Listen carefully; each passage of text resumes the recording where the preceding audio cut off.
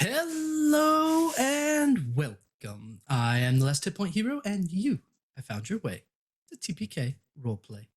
We are so very glad you're here and hope you enjoy your stay. Over the course of the next couple of months, we are going to be playing our way through Wyvern Gaming's Stargate SG-1 role-playing game using a custom crossover limited series campaign named Stargate Phoenix and Basilisk. First and foremost, this actual play stream contains adult language and themes. Wow, my note-taking is on point.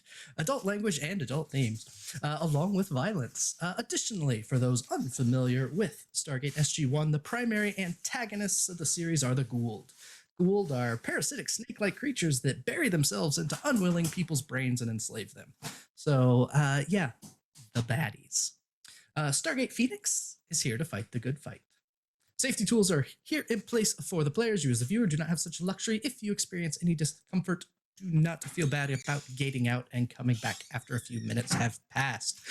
Barring that, kick back, relax, keep all heads, hands, zats, and cats inside the stream at all times. Slap that follow button to join the wonderful world of TPK Roleplay. Click the Discord link that I am positive will spontaneously appear in chat at any moment, probably close to when or about I say that, and above all else, be good.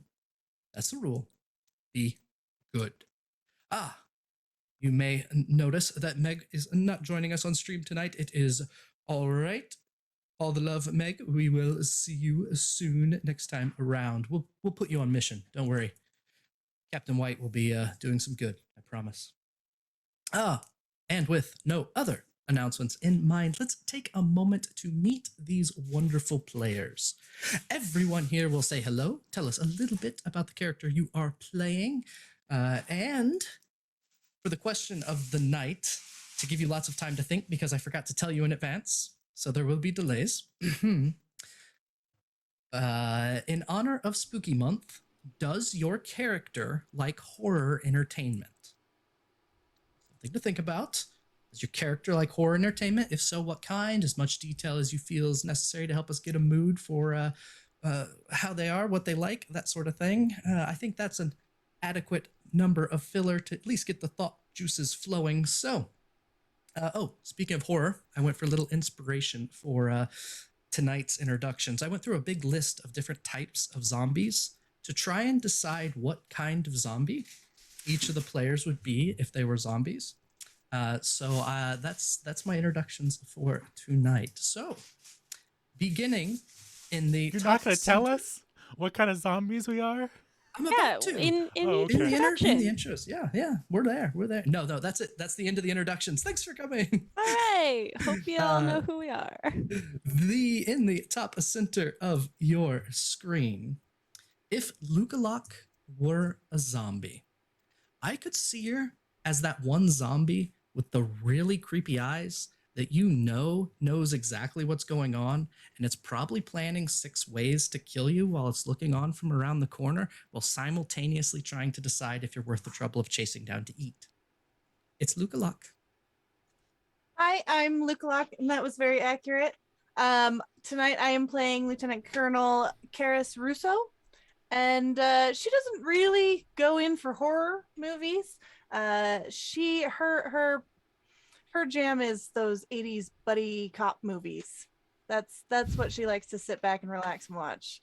Not so much the horror. Makes sense to me. Continuing over in the top right section of your screen, if Proper Nerdy was a zombie. See, Proper, you were the one that inspired this as I was thinking of what introductions to do. Because Proper would have to be a proper zombie. And there is no more proper zombie than the classic Romero. One bite, and you're out. Mind his teeth. It's Proper Nerdy. Well, that's one way to give an introduction. Hi, my name is Proper Nerdy. I'm a TPK staff member, role player, and game designer sometimes. Tonight, I'll be playing as Dr. Alton Troy, the engineer, and once upon a time was part of the Air Force. He definitely loves horror films. He's a bit of a adrenaline junkie. And I'm sure plenty of times on break when he was in the lower ranks of the Air Force, he spent some times watching some of the more gruesome things. But nowadays, especially with his symbiote, it ends up just being him either guessing the ending or trying to figure out how it would work. And so it takes a bit of the fun out of it. So he just has done the thing where he watches darker and darker and more obscure horror films. I think that's a pretty accurate idea of what makes him tick. Perfect. Fantastic. And last but not least, in the bottom right corner of your screen, if Niffer were a zombie. Okay, so I can't put my finger on exactly why, but I think they'd be the one that's hissing. You don't know why they're hissing. You can't tell where the hissing is coming from, but there's a zombie that's hissing, and I just get the feeling that Niffer would be the hissing zombie. And if there's anything that I know about surviving the zombie apocalypse, you have to go with your gut, and my gut says yes, Niffer the hissing zombie. Yeah, I could see that. I feel like I'd be like, if I were a zombie, I feel like I would be like, how can I freak people out the most? Hissing. Yep. Just unnerving. Yep. So anyways, hi, I'm Niffer. I'm not a zombie yet. Don't plan to be, but I guess I'd be a good one. I am a fun gremlin around TPK. Don't do much besides like gifts and stuff. But tonight I will be playing Dr. Emmy Connor, who is a scientist class, and she is an Aturan. She's an alien, hence the blue hair. And since she was an alien, they didn't have movies on her planet. So she got to Earth and immediately was like, oh, this is a cool new thing. So she likes all movies. But I think horror movies, especially because it's like pre-2002, she would just be like, these are terrible effects. Like, that's clearly just a person in paper mache. Like, that's not scary at all. And she also probably would take all the fun out of horror movies. Like, she likes seeing them to see how they work, but she'd just be like, that's clearly fake. That's ketchup. That's not blood. Like, Perfect. And I am the Last Hit Point Hero. You can find me in places like this, always on TPK Roleplay. And I think that is it for us. Now, for our summary of where we picked up, left off, what's going on, I have prepared a little bit of video. So Proper, if you would be so kind, go ahead and roll the previously on. Previously on Stargate Phoenix. Shalakri! And she is going to run across the top of the doors. Run directly up to the Lieutenant Colonel and try and hit you with her Matok staff. Yeah, nope. I'm gonna reach up and just kind of grab the staff from her, and it will not hit. There is a small golden yellow block wired to one of the crystals. Are we sure we're dealing with Goa'uld here? Goa'uld. Heard it so many ways. He'll make that comment to Emmy, just because I'm sure that she's judging me for my pronunciation. it's fine. And you know, we scoped out the place, and now we're back here. But Wapwawet probably actually reports to Anubis, so that's probably more of a problem. Taking that into account and with what you just faced here, I can safely say that all 4 of you are going to be our new Phoenix 4.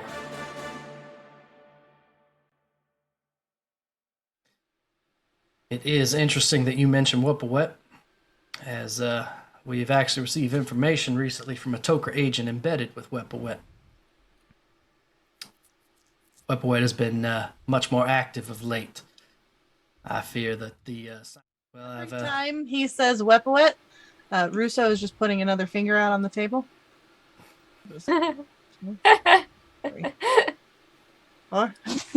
So much going on with Wapwawet that we just couldn't get it around. Wapwawet's that is when we received information with Wapwawet. We really don't have. Wapwawet has claimed it as his own planet on Wapwawet's own world. Cool. Anything else you need before I send you through? If you could, sir, just one more time.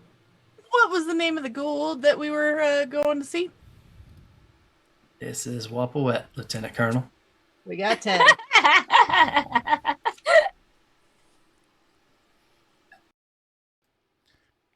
And we're back. Thank you so much, Proper. I'm going to do my best not to say Wapwawet over and over again, but we'll see what happens. That pretty much picks up where we left off. Since your return from Wapwawet's planet, you have had 2 days of downtime. So the question that I have for each of you is, in the last 2 days, what has your character been up to?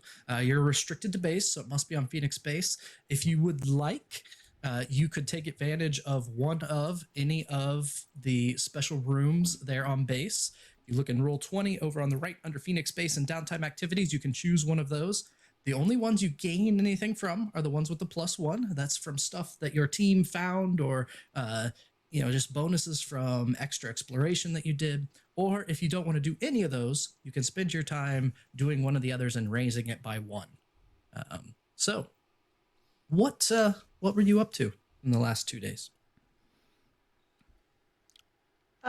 Russo would have been wandering about almost room by room, acting just casually walking about, poking the head in, and honestly just giving a very thorough inspection of every little corner of this place that she could gain access to.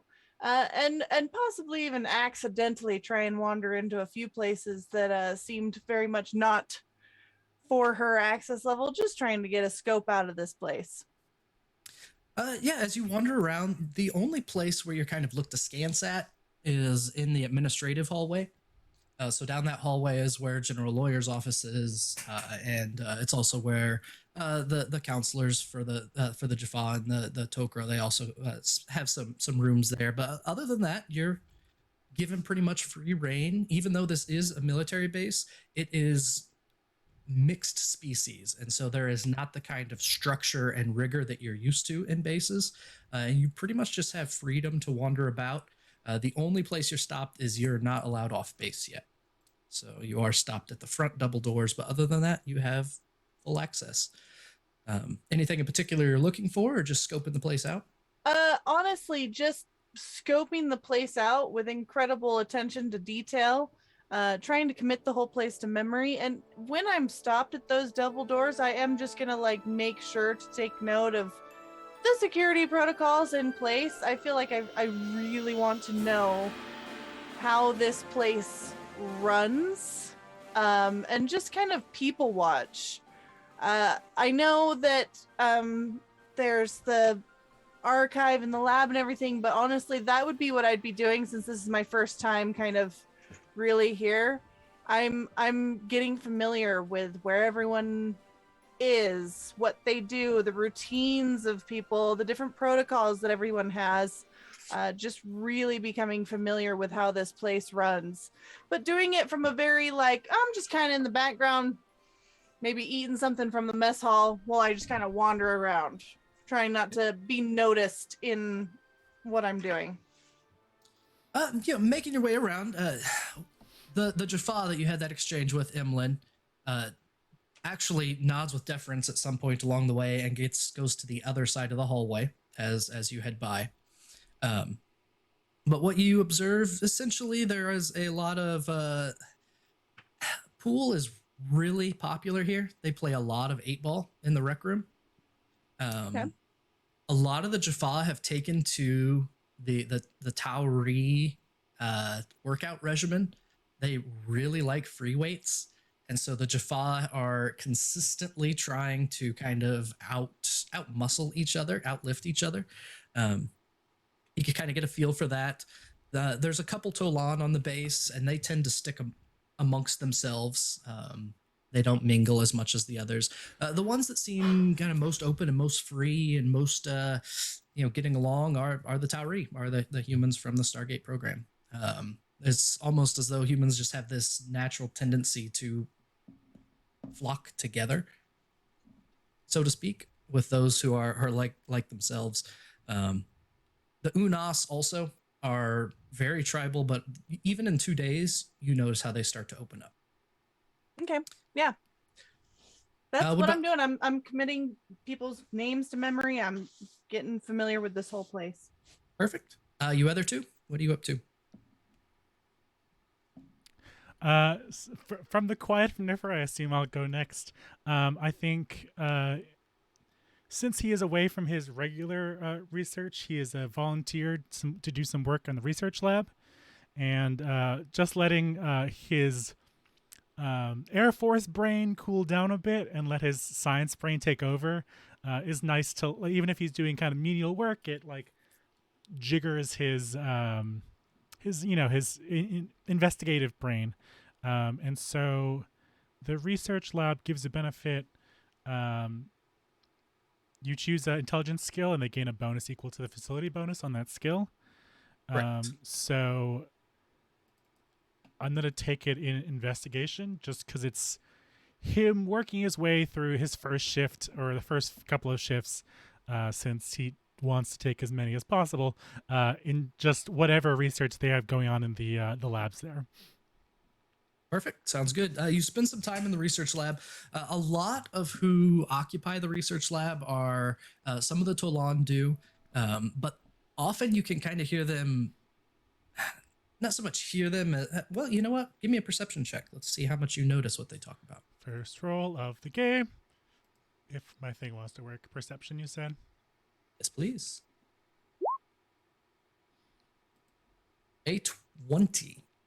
Yeah, you get a. It's you those have- symbiotic enhanced ears is what it is. Your symbiote is just it is narrowing in on the Tolan. They're always complaining. They're complaining that the technology is just not good enough. They complain that Tauri technology is clunky with all of the wires and all of the buttons and all of the levers and switches. Generally, you just get this sense that there are a number of Tolan on base that are just dissatisfied with how mediocre the tech is. Now, from your Air Force perspective, everything is 100% top of the line human technology, supercomputers and basements type stuff. Your symbiote knows that, the Tauri are trying. They have a predisposition toward computers that a lot of the other races don't. A lot of the other species kind of have dodged computers in the same way humans do. So the symbiote's a little curious about how they function, that sort of thing. But yeah, you spend time in the research lab. Anything in particular, or just general inquiries? Just general. Just doing whatever research, whenever, working on it, whatever experiments are currently happening on base. He doesn't have any of his own experiments he's currently working on, so it kind of reminds him of doing clinicals a bit before he got into like bedside manner style medicine. So it kind of brings it back a bit. There is a little bit of research being done on some of the plant matter that you brought back from your last mission, not from the last, from the mission before. And there's no big breakthroughs. It takes a while, but there's some interesting takes on how its chemical structure and resistance to acid could be useful. A little bit of excitement from some of the some of the scientists that don't go off-world are pretty excited about it. And in fact, when you come in, they recognize you as someone that brought it in. And so you make some fast friends real quick. I have to know. Sorry, am I bothering you? Sorry, what? One of these scientists just walks up to you and takes you by surprise. Excuse me. What can I do for you? Well, did you were the ones that you're part of Phoenix 4, right? You brought the plants back? Yeah, they're fascinating, aren't they? Completely ridiculous way the whole planet was evolved in any way. Well, but from your notes, from the after report, the rocks were being eaten by acid, but the plants weren't. I mean, that's ridiculous. Why would It truly amazes me just the way that the world adapts to strange and weird situations. I mean, just like Phoenix, the Stargate system, we adapted to all kinds of weird shit, and so those plants, God bless them, they really stuck to it. Yeah. Well, that's great. If you find anything else, I mean, I'd love to take a look at it. Sorry, I don't think I got your name. Dr. Steinemer. Pleasure to make your acquaintance, Dr. Troy. Sorry. You can call me So Alton. formal. Yeah. My name is Ethan. Ethan Steinemer. Pleasure to meet you, Ethan. Well, thank you. I'll get back to it. He kind of wanders off, and you become a minor celebrity, and the Tolan don't notice your eavesdropping. And Dr. Connor. So I want to maybe subtly check up on a couple of people, like Emlyn from our minor antagonist, just to see, like, did she make it on a team? What team did she make it on? How is that team going? Etc. So go ahead and roll a. Yeah, Dang it, I need to go get my dice. I think culture might be appropriate. Okay, 1 second. Sure. So the two of you are able to really. Oh, much closer than I thought they were. I thought your dice might be further. No, Okay. they're right next to me. I just needed to grab them. Okay, culture. Yes, please. I am going to use the dice that was giving me all 20s the other night and see what I get.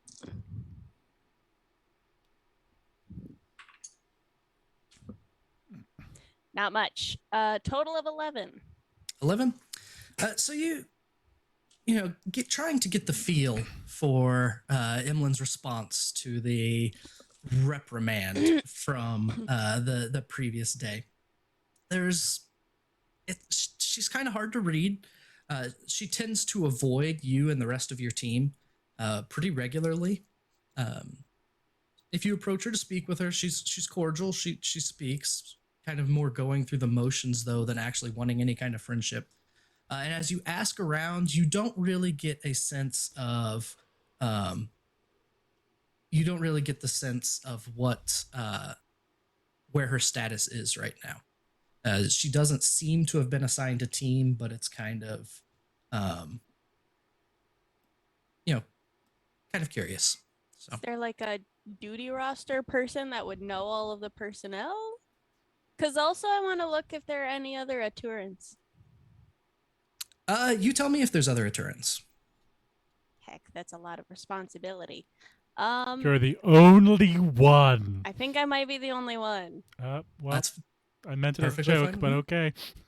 Now you are Okay. the only Okay. Aturan. Cool. You look around and you find that there were a few Aturans that were in the initial group. You remembered seeing them in the muster hall, but you haven't seen them since. And the 11, it's a lot easier to figure out who's been cut than who currently has duty. And you do find out that a lot of the Aturans were cut during the combat training due Yep. to refusals to participate, due Yeah. to a number of factors along those lines. Aturans are pacifists, everyone. Some of them can be, and depending on how stringent they adhere to that, it just didn't work in this setting. So a few of them, maybe they found on, maybe they're in the nearby town Haven, which is a support facility, but you really don't get anything beyond what's going on in the base. Okay. Maybe there's like one or two in like the archives or something, which is where I want to go next. Sure, go ahead. Because the archives is a library, and I am a book nerd, and I would like to spend the rest of my time there.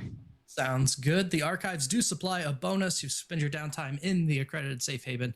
You choose a wisdom skill. You get a bonus of +1 to that skill for this game. Awesome. I think culture would be great. Yep. Anything in particular you're researching culture-wise, or just general? I hesitate to say, but I think I have to be looking at Wapwawet, please. Okay.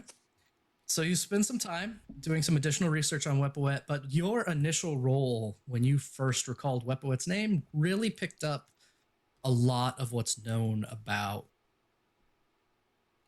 Wapwawet. So there's not too much further than what you found.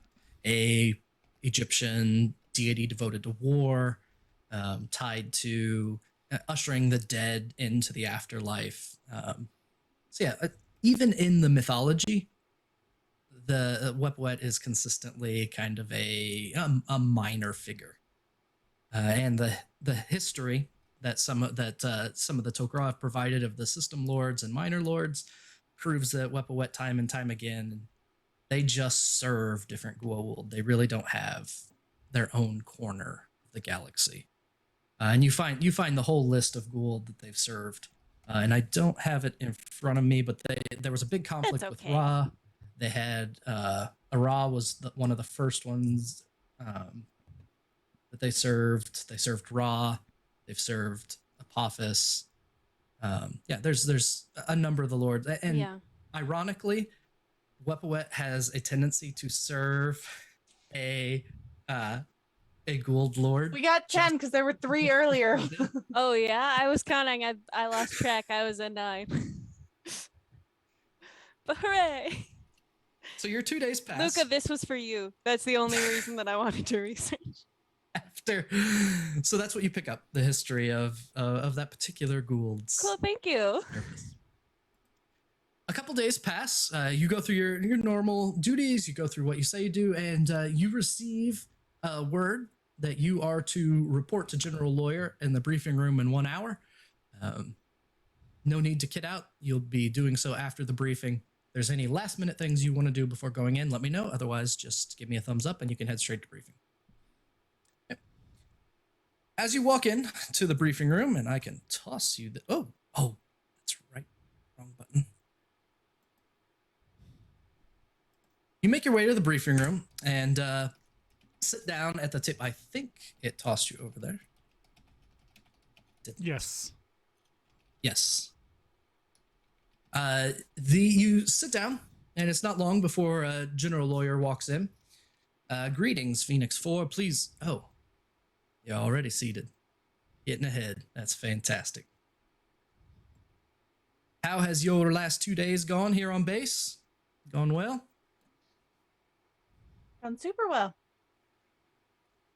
Fitting in, getting the hang of things. The archives are nice.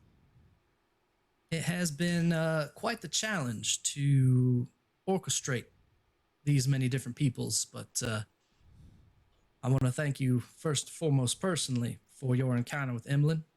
A few days ago, I did not get a chance to thank you for that. That was handled well. That could have gone very poorly and reflected very poorly on our efforts here to be working together, and I must say, that means a lot to me that you were able to diffuse that in a peaceful manner. The general walks over and dims the lights, activates a projector using a small remote that he then holds in the small of his back. He begins pacing back and forth and starts clicking through a series of reconnaissance photos. On the table in front of you, you will find a folder. Now, this folder is going to contain a general summary of a particular world, P3S 437. Now, this is the gate address that all of you oversaw in your encounter with Wapwawet. Take a moment, review that. I'm going to show you just a handful of slides from our initial reconnaissance.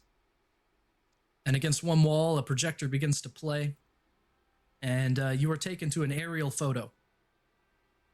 You are. It says, as you can see, there is a park-like area directly surrounding the Stargate. You can find the Stargate Plaza right here. He uses a laser pointer, but for convenience, I'll be doing a giant pink circle. Around the Stargate, there are a number of flowers. There is a wall with some writing we have not yet been able to make out because we chose to use a aerial drone for this particular reconnaissance. And in general, found that this place is well taken care of. It's unusual because the city around this particular park is absolutely destitute. There are a number of skyscrapers. They seem to have had their windows broken out, are partially fallen over, and generally speaking, do not seem to... Well, we don't know if they made it or not. Other than a cold, light drizzle, we did not find any Goa'uld activity. We did not find any life other than plants themselves. I'm sure you can appreciate that this is unusual. But what's even more unusual is the address itself. It was not on the Abydos cartouche. It is not in the theoretical addresses that Major Carter and her program discovered the Stargate could dial to. I'm going to congratulate you, Phoenix 4. You found a brand new branch of the Gate Network on your very first mission. Find something good there, and we might have to get that cake made. Question. Yes. No acid. Anything like that. We immediately Do we know why? Do we know why all these buildings are abandoned? What happened to the civilization that was here? People just pack up and leave? We really don't know. That's part of the reason we need to get some boots on the ground. I would like to know why a Goa'uld minor system lord, or a Goa'uld minor lord, had this particular address and was so interested when it was presented to him. There are a number of fountains in this plaza, but other than that, we don't know what to make of it, quite frankly. All right. Well, I guess we better go see for ourselves. Your mission specifically is to try and determine why this place would be of interest to Wapwawet, and if there is anything around the gate, well, in general, keeping your eyes open for what might be around. The general starts to click through a few more slides, showing a little bit more detail of some different areas. You find the Stargate Plaza itself, with the Stargate located thus. You will find a number of squares made up of fountains. The one that is perhaps most peculiar is there's an incredibly large fountain in the far western section of this particular park, with smaller groups of fountains to the north and to the south. The roses are well tended. The buildings are fallen down. The roses are well tended. Is it actually Exactly. roses? Well, I don't know if the rose would be the... So It someone's sounded coming good when I by said it. and gardening, but no one's Uh, living in those buildings. Honestly, that is one of the many things we'd like to figure out. Okay. And I noticed that Captain White is on mission today, so is it just me and the and I'm just like glancing at the just me and these two? Hey now, According to the I what may were have you not. gonna say, Luca? Hi, Me and the two Him. nerds? excuse me. I served plenty of years in the field before I went on to do some research. Don't you worry. a little bit Yeah. more of that sass was from the I player am than the character. I am sure your skills would be invaluable, Doc. Now, Lieutenant Colonel, your team members proved themselves quite well when working together during the battlefield simulation, and you all escaped capture as a unit, so I am certain that things will go quite smoothly. Regarding your question, however, we have no hint of any kind of hostility at this moment. We saw no movement. It is only the question of what is going on. So we are still going in hot, of course. You will all be armed. But we're not expecting much. All right. So we're just going in, keeping an eye out for garden gnomes, I guess. Maybe some pink flamingos.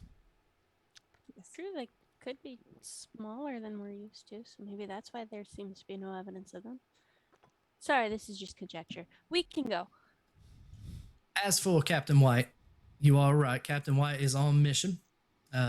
Captain White has been sent with Dr. Irma Langley back to P1X774, the location with the gold and yellow brick found in the DHD. They are going to try and see what they can discover about that.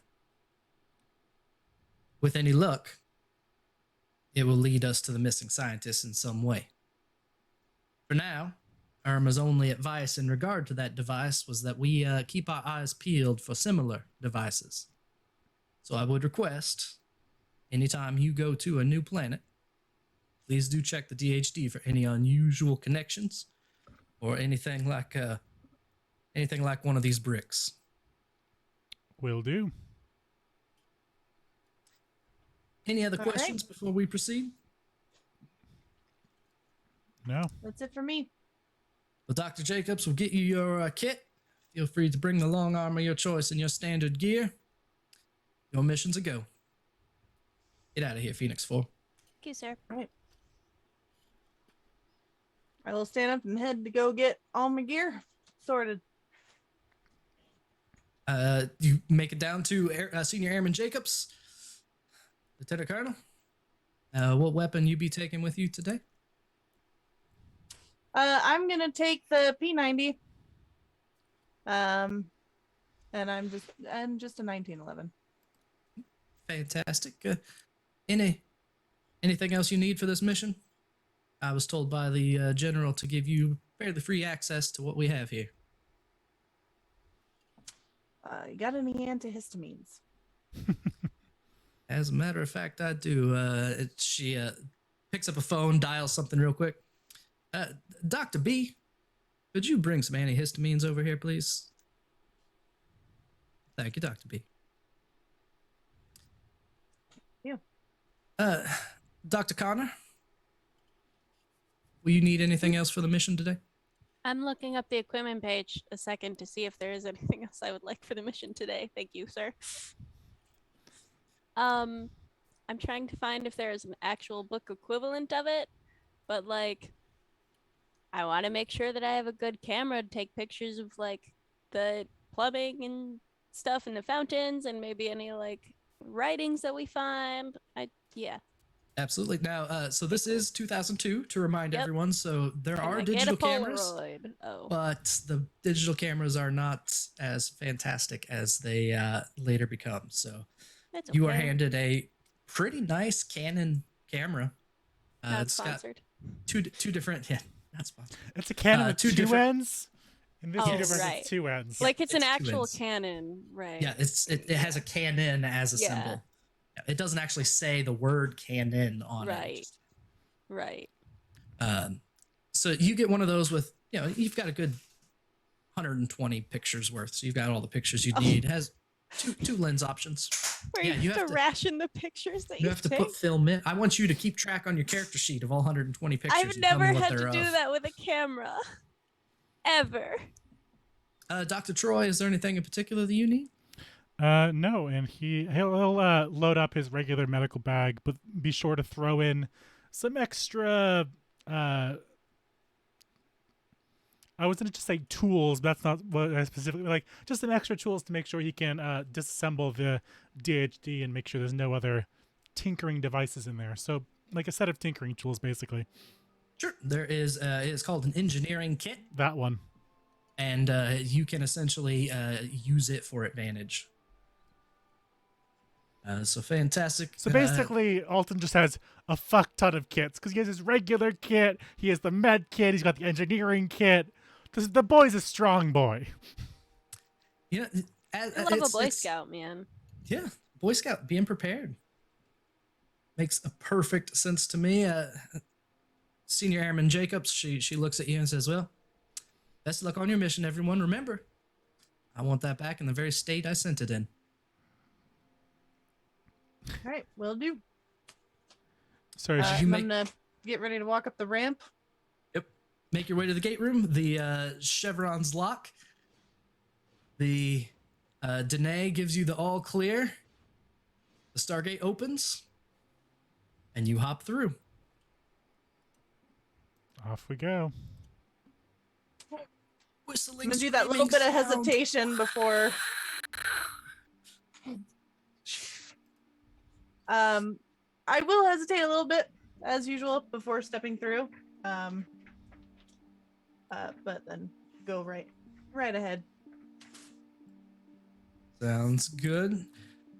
All of you pass through the Stargate, and you find yourself in what you can only describe, and I will toss you on this as I find your stinking tokens. What you can only describe as just a gorgeous park. The flowers are blooming nearby. The paving stones are well taken care of. You can't even see any breaks in the paving stones. I mean, it's almost as though whoever or whatever takes care of this place has kind of almost frozen it in time. Looking around to your north and to your south and to your west, there are massive derelict buildings. It is just the jagged teeth of a skyline. Windows are broken out across the board, just absolute. If you ever watched the documentary, was it 100 Years After People? Oh yeah. It That's is so that good. sense of just breaking down going on. And then off to the east, there is an incredibly large body of water. It's a bit chilly and overcast, but other than that, and then behind the Stargate, there is a massive wall that is covered in some kind of writing. In your I'm brief, excited. in your briefing, Noted. it kind of said that it was like mid 1900s or around, like a similar around that kind of technology wise. You immediately get the sense, both from the pictures you saw, from the style, and then even from the skyscrapers themselves, you get the feel of like probably mid 1950s or so feel, as far as the architecture goes. But even looking at the broken down buildings, why don't you give me a culture check? I will do that thing for you. And while I'm doing it, I'm going to ask if there are any remaining like vehicles or anything like that, anything in the streets that can kind of shows what level they're at. Recalling and pulling up, That's a Give you- natural 21. a natural 21. So you get it feels a lot like the Chicago skyline. And the buildings are kind of a mix of different architecture, and you try and get that better look through it's partially broken down and it's overgrown with plants, but you kind of get that a good look at. Yeah, it feels very, very kind of Gothic and Art Deco-y and a mixture of different styles. But that's the sense that you get of that. I'm gonna come out, do a sweep. If everything seems on the up and up, noticing the wall, I will just kind of direct Emmy. Connor, if you Oh, I'm already could. going. You're like turning around and I'm like in front of the wall already. Yeah, you All right. you tend to Yellow Brick Road over there. I got this. HP, once again, I can control the other 2 players, but not myself. Again? Wow, I'm sorry. Did I Probably. position myself correctly? Am I standing at the wall now? The wall is, I will describe the wall as you go up to it Did it. after I fix Also, token, which is resisting. Roll 20. Do better. Stop resisting. Alton Troy. Save settings. How about now? There we go. I can walk. All right. You can walk. All right. So a sweep. I would like either survival, perception, or investigation as you do your sweep. And then Alton Troy, where were you going to walk to now that you can walk? I'm just walking to the DHG to give it its once over while we're not currently being attacked. Sounds good. And you're all half the size. I made you too big. An 11 plus I got a Oh, plus no, we're 2 from small. chat, so a 13. 13? Okay. Yeah. You take a look around. The courtyard that you're in is fairly good sized. Remember the Stargate is basically 22 feet across. There are pathways that lead to the east and the west, and remembering from the mission briefing, a lot of the fountains were off to your east, and you're a lot closer to the city itself off to the west. Okay. Can I go over and investigate the DHD? Absolutely. You can join Dr. Troy at the DHD. You looking then, for that gold brick, Doc? Looking for anything that looks out of the ordinary. Go ahead and give me a perception or investigation, your choice. Because I have +1 to investigation, I'll do that one.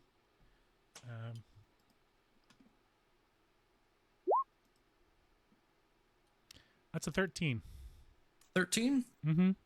You take a look at the DHD itself. The exterior seems fine. It doesn't seem as though anyone has done anything to the DHD. You're also able to open the same panel that you've opened before. And when you do, the interior of the DHD is completely intact. So we're good from here, at least as far as I can tell. Either this is Alright. not a similar planet to the one we went to before, or it's not worthwhile to do it to. Whatever it is. Connor, you got anything off of that wall? do You I got approach- anything off of that wall? You approach the wall, and the wall is... I'll ping it for you. It is this concrete structure here. So there is a step, not a step, but there is a flower bed, a raised flower bed. It's about waist high. And then on the wall is another, or above that is the wall itself. It's a 8-foot tall arc that is around this. Go ahead and give me a culture check. Hooray! Unnatural 20. For a total of? Unnatural 20. I So- I already did the adding. Unnatural. Oh, Dirty unnatural. 20. I thought you said Nope. natural. Nope, Got it. sorry. Dirty Nope, 20. it's fine. There Dirty you 20 go. it is. You take a glance. You immediately recognize it as an offshoot of Greek of some kind. Oh, okay, cool. And then 46. And as you are taking a look at it, your best guess, you think you could probably crack it in about 2 hours. Cool. All right. I'm going to climb up onto the ledge and just start taking pictures of every panel. Tell me how many pictures I've spent. I'm not I counting the apparently have pictures. Apparently, I have to spend pictures like ammo here. God, imagine tracking ammo of any kind. I know, right? Uh-huh. So yeah, I will take pictures of each panel and then start translating. Okay. So that is going to take about 2 hours. You know that, I and they mean, don't. So the two of you. Are you I working off will- of your camera, basically? I'm gonna take all the pictures first and then come and tell Russo it's probably gonna take about 2 hours. Do you want me to start or do you want me to wait? I got pictures of it all, so I could do it back at base. But It's gonna take you 2 hours. Oof. and like I do Alright. kind of want to look at those fountains, or at Yeah, least let's somebody should look at the fountains. it's just the three of us today, and I don't want to leave anyone alone, since we don't exactly know what's going on here yet. So let's just caravan style over to fountains, check that out, get a slightly better scope of this place, and then we can come back, set you up, start cracking the code. Is the camera like one with the display that I can be looking at it? Like, no, bummer. Oh, it is not. I don't know what that's like. I'm sorry. Hey, I mean, those existed. They were garbage, but they existed.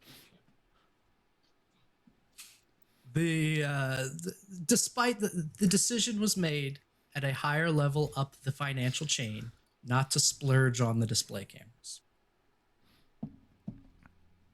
So you have the primary fountains. There are 3 fountain plazas that you saw from the initial reconnaissance. There is the primary fountain plaza, which has an incredibly large fountain in the middle, and then both north and south fountain plazas, which were a little overgrown but had less in them. Which way were you going, Lieutenant Colonel?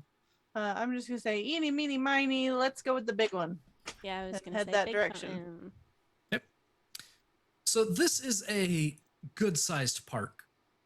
You start walking your way across it, and it takes a good... Well, in fact, we can... And proper, I'm sorry, I'm going to be bouncing you around like crazy today. So. Yeah, my computer does not like it. Oh, I'm so sorry. So the trip over, it's about 600 feet away, so it doesn't take that long to get over there. You cross what appears to be some kind of an old street. And as you get to the street itself, there is a very different feel to the care of the street.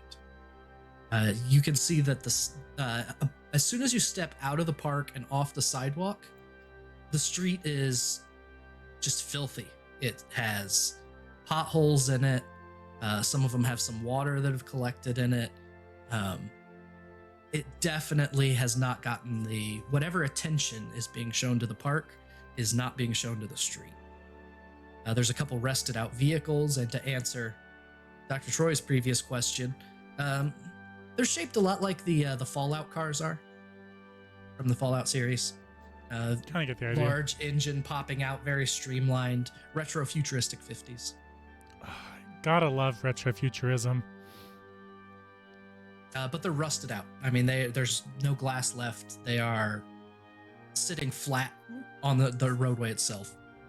Anyone else getting Wump World vibes here? I don't Sorry, know what? that is. It's a book, never mind. I would have thought you two would know that reference, but it's I mean, okay. listen, my character might. I have no idea. Let Your me do character a might not. Google. You're an alien.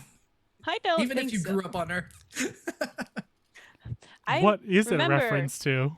Not from around here. Sorry, must well- not been a thing around my friends. Yeah, it's just a book. Nature taking over buildings, and it's fine. Let's keep going.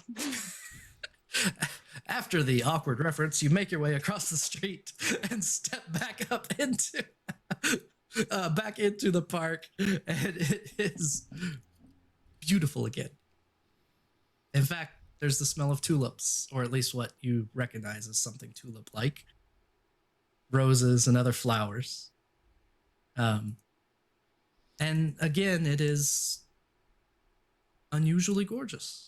This is gonna be a weird question to ask, GM. Yes. I'm gonna stand right on the division line between the cruddy road and the very nice park. Yep. And like look back and forth and see if I can like experience any Yeah. weird world things that make them different. Because it feels like the parks are being taken care of despite the fact there aren't people, or like someone is coming to take care of the parks, but only the parks. Is there like any physical difference between the two areas? Guess what I'm asking. Straddling the line, are you trying to intuit a difference or notice a difference with your senses? Probably do a like kind of sciencey thing. So I'm trying to pick out specifically tastes and smells and looks and whatnot. All right, go ahead and roll a perception check then. Will do.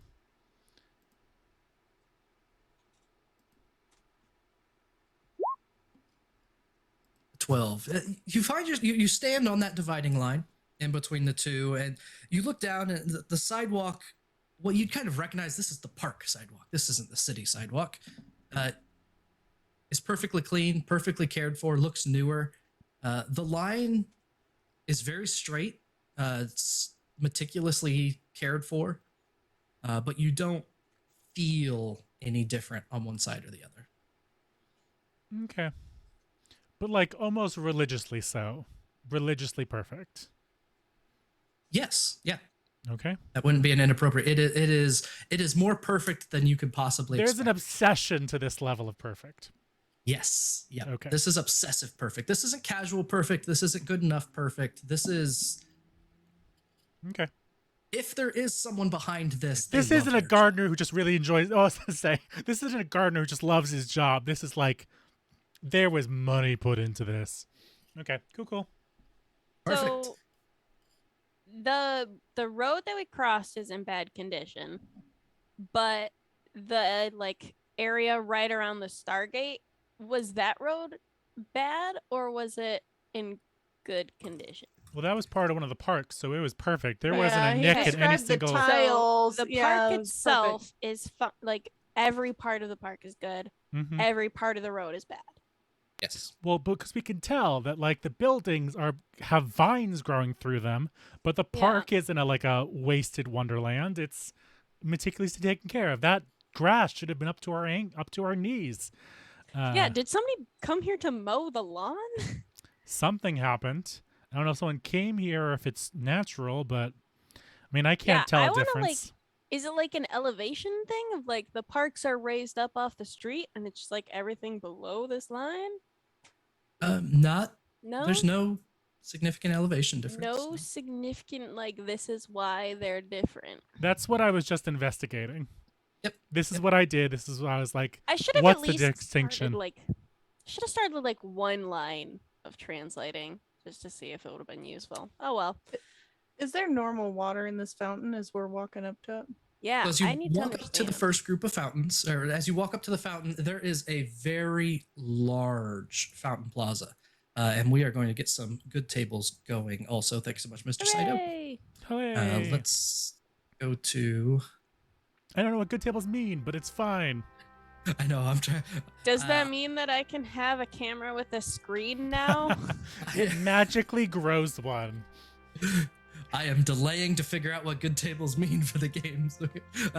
I will sort that out very soon.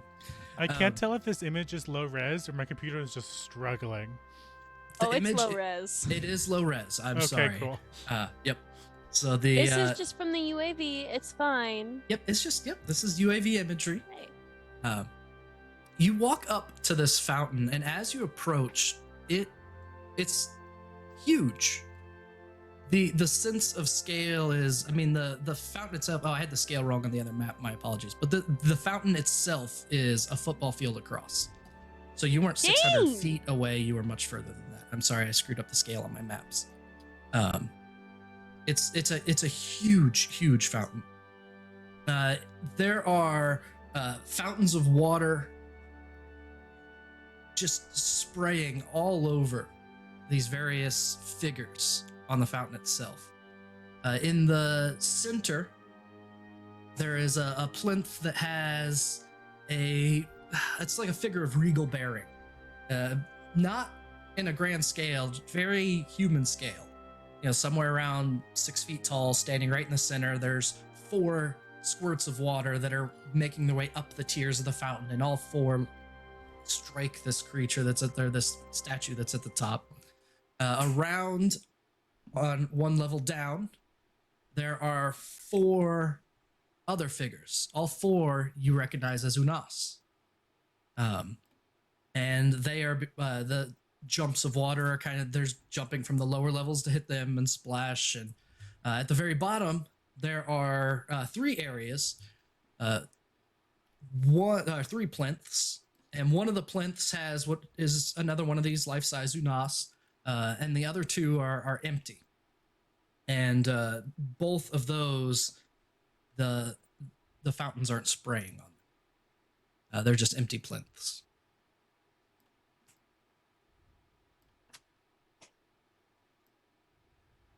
That's a little interesting that there's Unas here. And we didn't. Did we know anything about It that? does point to the existence of a Goa'uld presence on this world. Perhaps. Or at least proto. Is there anything in Right. this water, Jim? Go ahead and roll a perception check. Yeah, I'm definitely leaning with my weapon over the edge, just getting ready to shoot anything that like. I'm taking a up picture to of me. her doing this. Yeah, I'm just Like all of the yeah. other pictures are just like Greek, fountain, Russo. You said perception. Yes, please. It is a 10. A 10. You look down into the water, and the water is clear. Doesn't seem to be anything unusual about it. The bottom of the fountain is completely clear of debris or anything else. But no, the water certainly looks completely empty. Okay. Is it very clearly water? Connor, you got any test strips? Yeah. Hang on. Camera down. Whoop. Science. I'm just gonna dip in a little test pH strip. How deep do you stick it in the water? Just You only need to dip it like that much. Just get it wet. Yeah, I It'll mean turn it's the right like color. the test strips I'm thinking about that I can Yeah, all the pH just ones. bloop. Test the acidity. Yeah, they were like that long. You just gotta like dip it and call it good. What the GM But is I asking dislike is that you are what- asking yeah, that question. is what level is the water? If you stick Hmm, your I don't whole like hand that. in, are you going to die? Yeah. No, I Probably. really It's didn't like acid, the isn't it? question, but I am just Just the paper. dipping that in. No Okay. part of my skin is touching. No. oh, sure, no, that's fine. Why would you even think that? You dip it in. Yeah, you pull it out, shake the excess back into the fountain.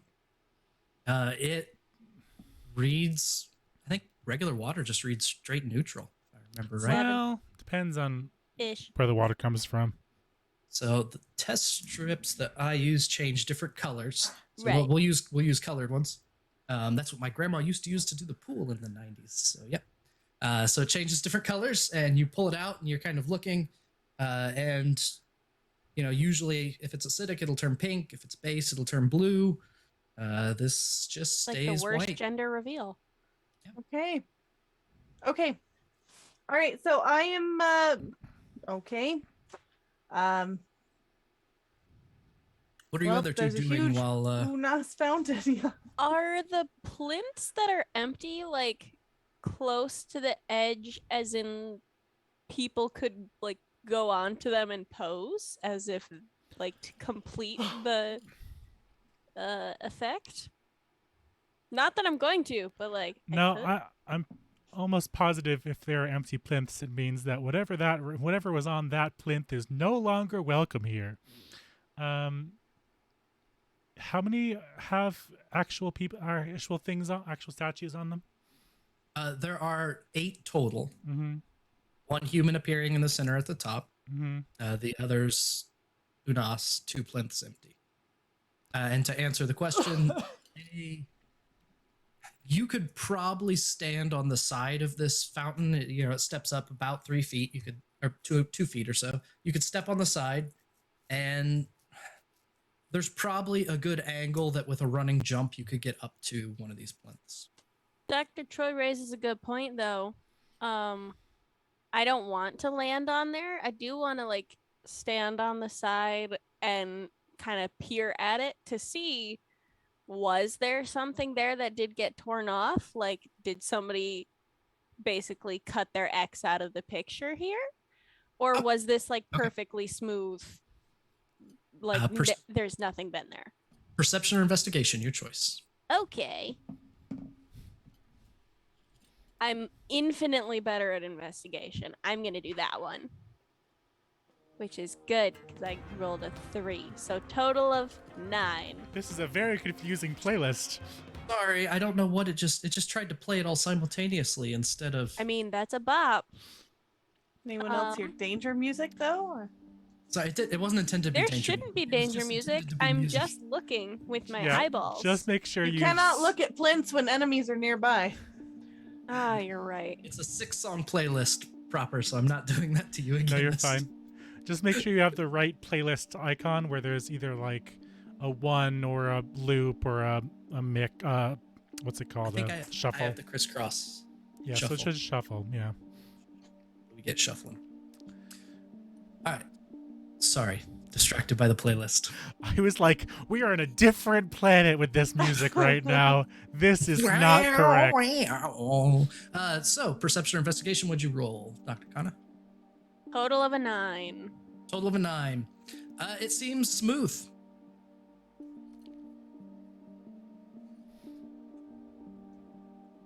Cool. All right. Well, I take a picture of it. And I'm Dr. Troy, what always do? going to ask for a camera. That's what I've decided.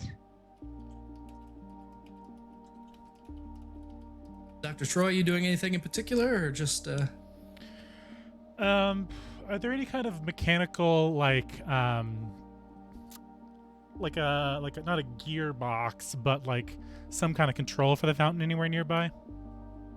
Sure. You start doing a lap around the fountain. There are a few nearby like small huts that they could have something to do with the waters. You'd be able to reasonably put that together. And is the fountain is currently running, you said, right? Yes. Then I'm gonna try to turn it off and just see if I can fix it and adjust it in some way. Okay. So you head over to one of these small buildings, and you try and open the door, and it's locked. So you'll need to either break it down or find some other way to get in here. I would say, can I snap the lock off, or is it locked from the inside? It's a handle lock, so there's a. Yep. It's actually like 3 holes, but you see that it's a key of some kind. I don't think Alton would have any experience picking locks, but we can say he does. It works for me. What would I need to do to try to pick this lock? I have Would you canonically like to use a good 2 table? different How sets about of this? tools. Yeah, let's do that. All right.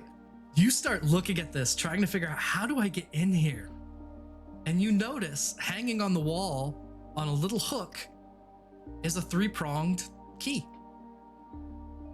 Rad. And I'll try it in. I'll try it on the door and let myself in. It works. There is a kind of a. It sounds almost like.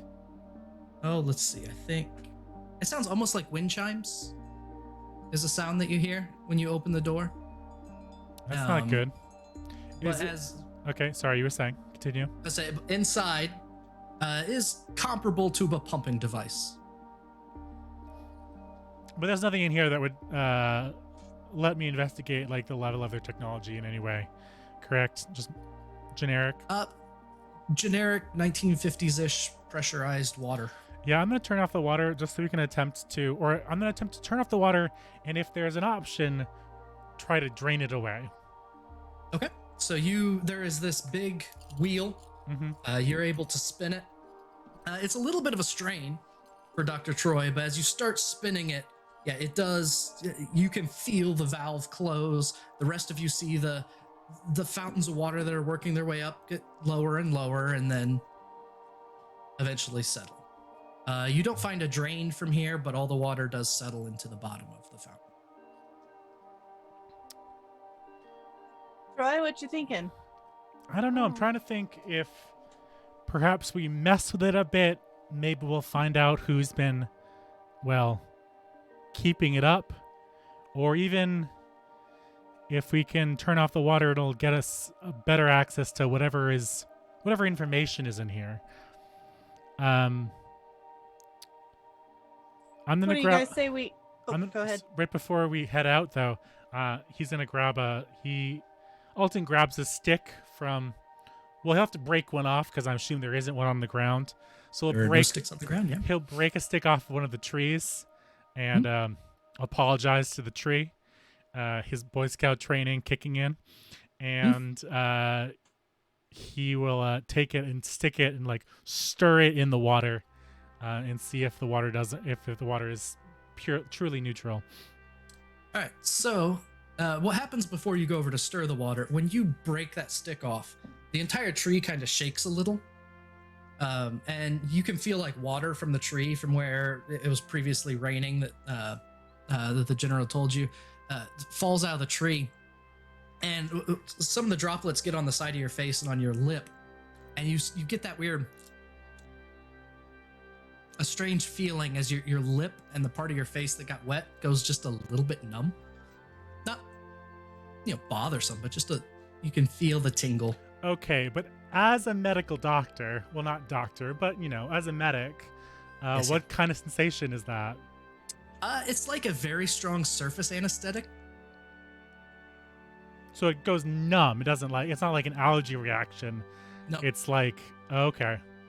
Nope, it's like someone just covered part of your face in anesthetic gel.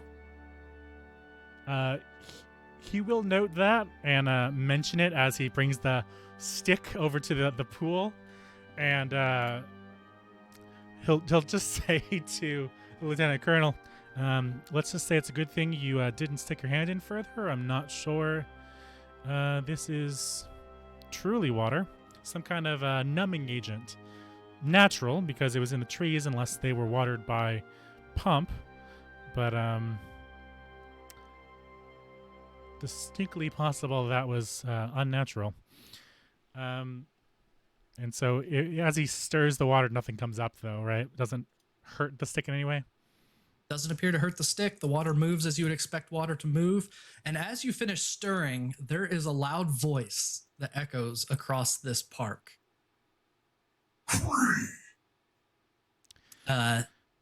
You look to the north and where it's coming from, and two Unas are moving very deliberately towards you. So there are people, okay. Where did they come from? Alton's gonna pull out one of his guns, check out his sidearm, and just prepare himself, basically. Troy. Let's not get anyone jumping the gun. He'll put his gun away, but have his hand on it. Yeah. I'm just gonna. Hey there, just checking out your lovely gardens. We're new around here. How you doing? The two of them glance at each other for just a moment, and then the one that was speaking, their eyes very briefly flash with a pretty easy identifiable glow.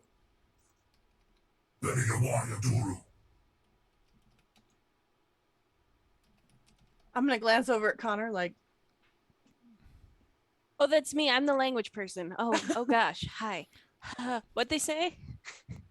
I was hoping you So- could tell me, Connor. No, that's Niffer saying that. Are they? Because the voice filter makes it very hard for me to understand what you are saying. I'm very sorry. It's cool, but can't understand a word.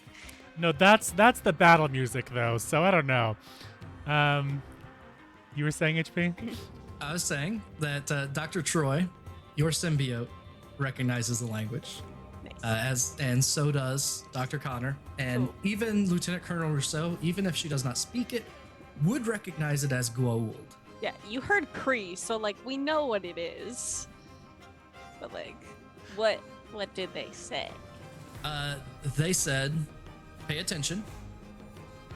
You, all of you over there, pay attention. Bow before your masters.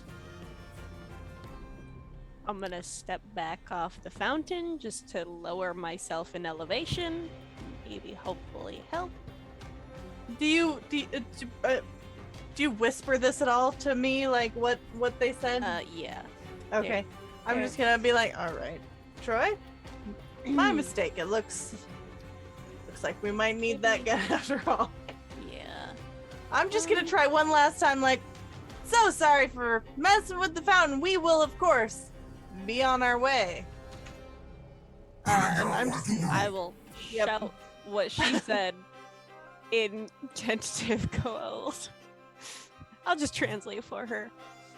They proceed to just berate you for not bowing as the two of them get closer.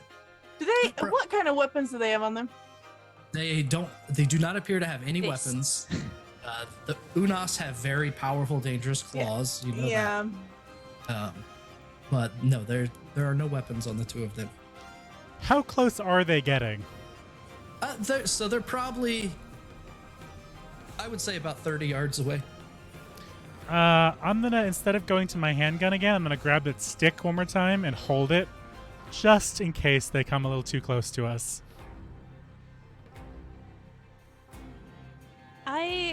Did this camera come with like a hard case or anything? Or like, A camera that expensive, Yes. I'm sure. Yep. okay. Came with a protective case. I want to handle that just to see, because Troy said that the water is numbing. I want to see if I can like scoop some up to throw at them if they get near. I don't want to scoop it up yet, but I want to have the case ready. Okay.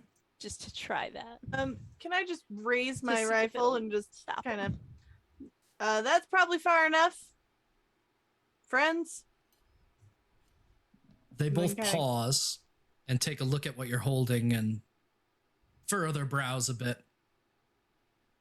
Glance at each other and they exchange a few words. And they both, the one that was speaking continues to speak. And I'm going to say so in English rather than anything else, but they are speaking exclusively Goa'uld. Right. Why are you not bowing? Weak knees. Just I I shrink. like the idea that you have to translate weak knees into Goa'uld.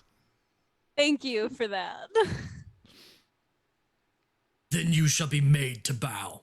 And the two kind of start jogging towards you. Okay. Please don't. I say in Goa'uld. She's Will you let them Not. know that I'm going to open fire on them if they continue forward? yep. I was. And I'm just starting gonna to stutter through fire a that. few Yep. shots at their feet. Please don't. She's very angry. That You is can't- enough you for them can't to hear- break out in a full-out run, and we're going to put you on a battle map shit. and roll I tried, initiative. guys. I really tried. You did. So This is a nice map. It's that will pretty. work. All right, and then let me turn off this one and turn on this one. No, Clash Defiant. Clash Defiant. And I will toss you on the map. Now this is a little bit more closed off. Let's just say there's some decorative plants in this area a bit. I will put you 4 down here. You 3 cannot count. And the fountain will be behind you just a little bit. Is where the fountain. Oh, you want to be close enough to scoop it, so we will have to imagine that the fountain is on here. I will draw. Oh, is that not what the little circle is? So the fountain in this is massive. Yeah, we're just using a different. Yeah, we're using a very different map. So We're using a Right. different map because the scale of the other map is impossible. should we to just do say without this that on. entire large ring is the fountain?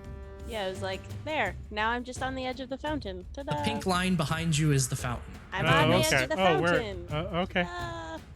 It Sounds wanted to be right next to the fountain, is what I heard said. And yeah, and the Unas, which I have tucked away right here, are jogging towards you. So- Hooray. There we go. Go ahead and click your token, roll some initiative, and we will see how this plays out.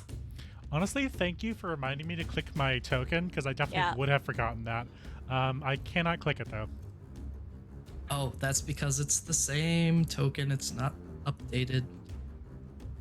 Every time until I remember, I have to say that this token is Alt Troy. And this is Unas Goa'uld somewhere. It is. All right. And they will roll their initiative. All right, and then proper die, get you token control. Yep. Give me 1 sec. No problem. These are sad initiative rolls for everyone involved. Rude, I am trying my best. And we have 2 more good tables remaining, so if you have any thoughts of what might make a good table, just let me know. I mean, I've got a few. Yes, a camera with a screen, please. I already asked. Dr. Troy How's 21 for a good initiative there, GM? is an excellent initiative there. Doc, save us, because I got a 7. So, Dr. Troy, you have a pair of Goa'uld running towards you now, claws extended, a pair of Unas, rather. Since this is Goa'uld-infested Unas. not what I expected them to be coming at us from, I'm going to put the stick down, pull out my sidearm, and aim for whatever I assume the weak spot for an Unas would be. All right. You rack your brain, and you have your symbiote that tells you also. Not really anywhere is the immediate response that you get. And Oh, actually, you know what we'll do? Will they run by or under some trees? they are currently running underneath. The only tree they're going to run under as they are coming towards you. That's all I'm hoping for, is I can rustle some tree branches. We all want to do it at some point. We're just trying to find a way to figure it out. And since I know there's no real weak spot, I'm gonna go for that gambit, Gravity basically. working with you is the weak spot. Sounds good. Go ahead and shoot into the tree just to see how effective your shot is. Now, I believe the range on a pistol is how many meters?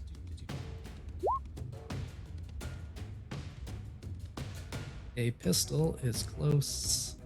Oh, hard no though, man. So that is a natural 1. Since Yeah, I still can't figure out how to turn off advantage, we're just going with the left one. And yeah, that's a 1 plus 4. So let's just say my gambit did not succeed. you start shooting, and as far as your lieutenant colonel can tell, it just looks like you seem to be actively shooting at the tree. That's the impression that you give. Anything else? That's all I think I can do this turn. All right. He does Doc swear rather colorfully when it doesn't work. Perfect. Dr. Connor. I'm gonna continue. I'm gonna actually go ahead and take a knee, like behind the rest of the group, just to see if that helps. Just like, okay, look, we got it. Okay, just we're not here to encroach on your territory. We're explorers. Just give us a chance, okay? And just see if at least one of them bowing will slow them. You hear them yell, at least one of you will not die. Okay, well now I'm picking up the gun. I don't think that I have the range from the. I don't think I would have the range to take that shot. 20 meters? You shoot with Sidearm? disadvantage. I'm not gonna. Okay. I'm gonna give it time. I'm trying to be Oh, no, nice it to is- them and call it good. It is 50 meters. So I was trying to remember what it was, and I finally found it. It's 50 Us- meters, so no, you'd be fine. The sidearm is at Oh. least 50, so yeah, no. I was trying to remember what it was, and I just could not find the chart. Good deal. I love that. Then, I guess if I'm not shooting with disadvantage, I have to try. All right, go ahead. So I'm gonna try. You pop off a shot at a Unas running towards you. Hey, guess what? I used the same dice and it's still just as lucky. I got a nat 20. Okay, that will hit. Okay. What's the damage on a pistol? It is a D6. D6. Amazing. Plus Here your we dex go. mod. As if I have one. A dex mod. I definitely have a D6. Like, that's not a problem. It's 2 points of damage. You take a Well, shot. You carefully Wait, line it up. doubled, right? Doubled on the doubled. dice because crit? Oh, thank goodness. Yep. 4. Or are you shooting the one on the left or the right? The right. Well, which one has been shouting? The one on the right. You're right. Okay. That I will do the one on the right and just be like, I'm warning you. Okay, that's not a warning shot. Oh god, I'm sorry. Here's a warning to the face. You Warning very shot to the carefully knee. take aim, try your warning shot, and you hit them like right in the center of mass. It'd be an excellent shot if it was intentional. And they don't seem to slow down much as they keep jogging forward. Lieutenant Colonel. Yep, I've got my long arm out. And if my little spray at their feet didn't dissuade them, I am just gonna pull up and try and shoot center mass. Okay. You have a P90, correct? Mm-hmm. So you can shoot either in single shot, which will give you advantage on your shot because of your recoil sight, or you can, or your targeting reticle, or you can shoot in a burst mode, which will add an extra D6 of damage because the tension die for this mission is D6. Or you can go full auto and shoot.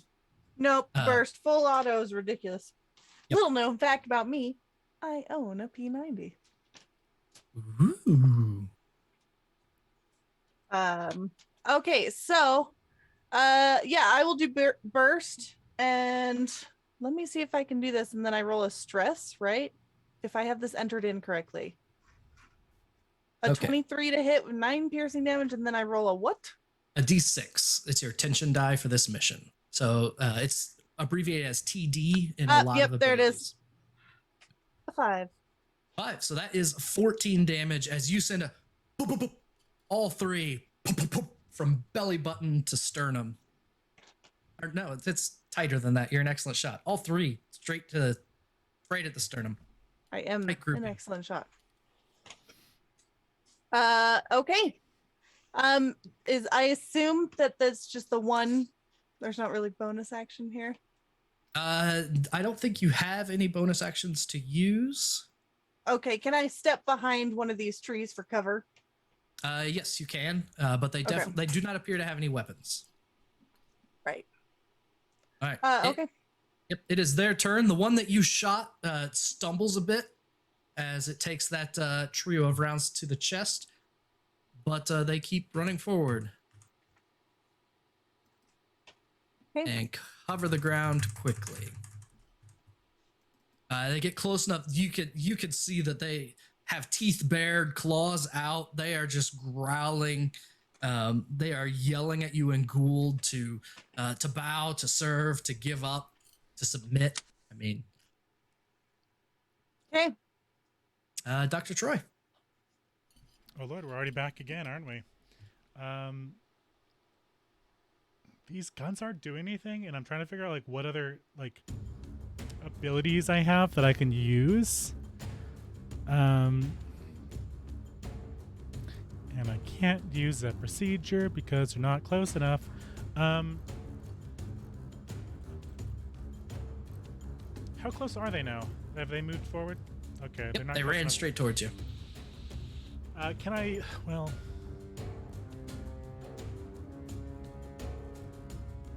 No, I'll have to wait for that. I guess I'm just gonna take out my P90 as well and attempt a Sure. shot as well. See All how right, that you can goes. either have advantage by doing a single shot that you aim carefully, or you can open up a burst for the possibility of more damage. Let's go for the latter because they seem to be kind of impervious to Sure. a lot of things. And because they don't have it on me.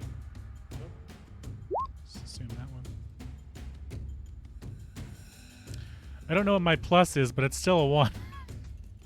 That is Why? another 1. Why is from- Troy so bad at guns?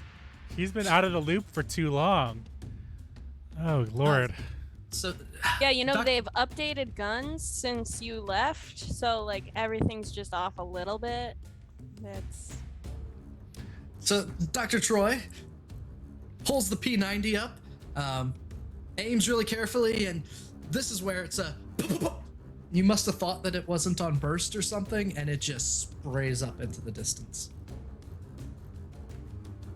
Anything else? That's it. That's all. Okay. He's at a loss right now. Doc Connor. I don't have a P90. I was told there were no people here.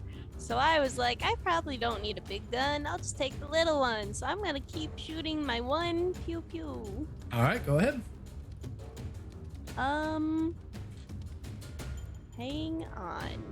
That is a 14. A 14 misses. Yep. So they're reasonably close. You raise up the pistol, you take a shot, and it These strikes things are ugly. Oh, the Unas, but does not slow it down at all. okay. Anything else? Nope. Not unless you're willing to make that a intelligence check instead of a... Nope. Okay, I'm done. All right, Lieutenant Colonel.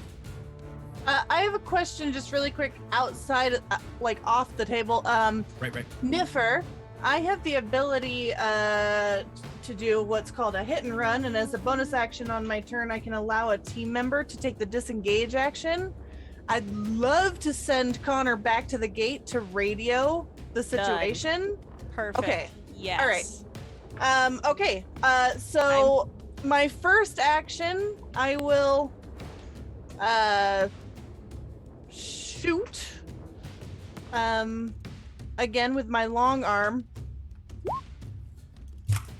for a 20 to hit, 5 piercing damage. And you want me to roll the TD again?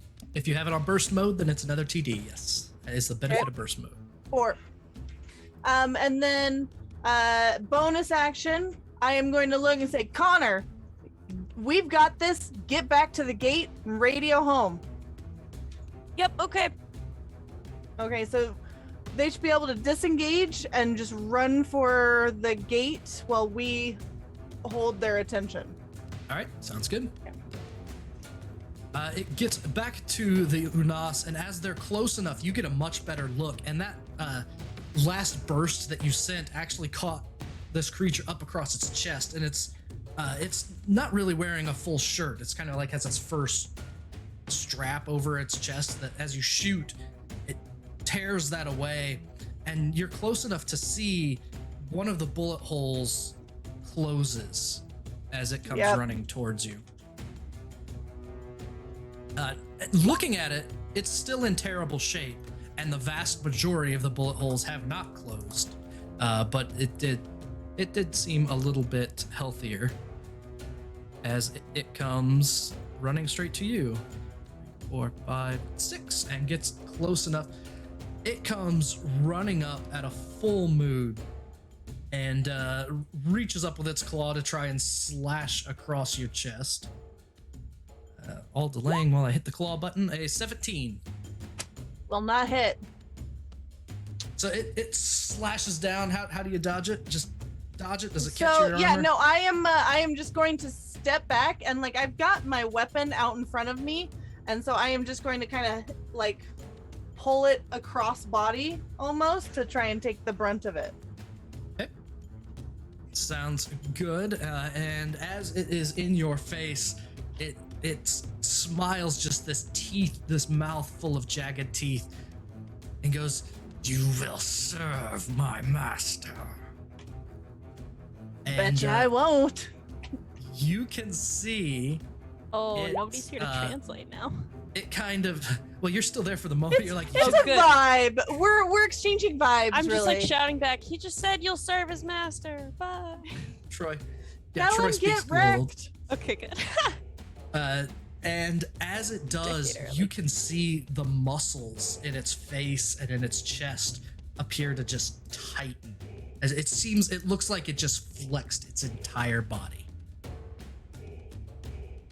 Okay. The other one runs up to Troy and tries to take a slash at you for an 11 to miss terribly.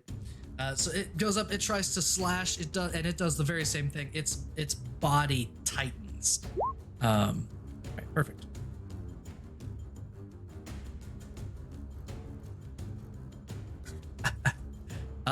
Troy, you're up.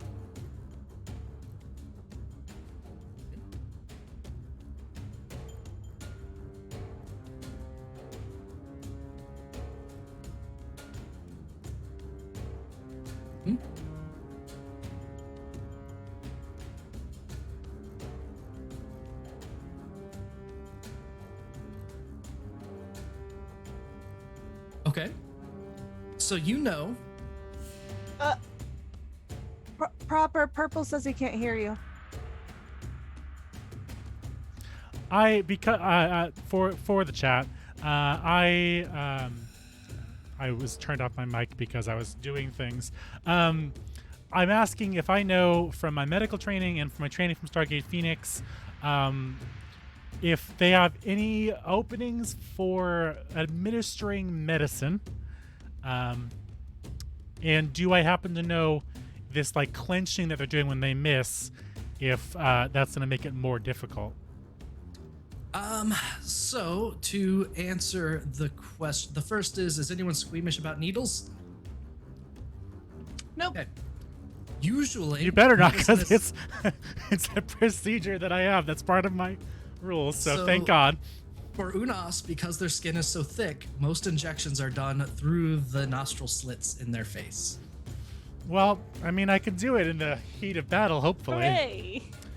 Hooray!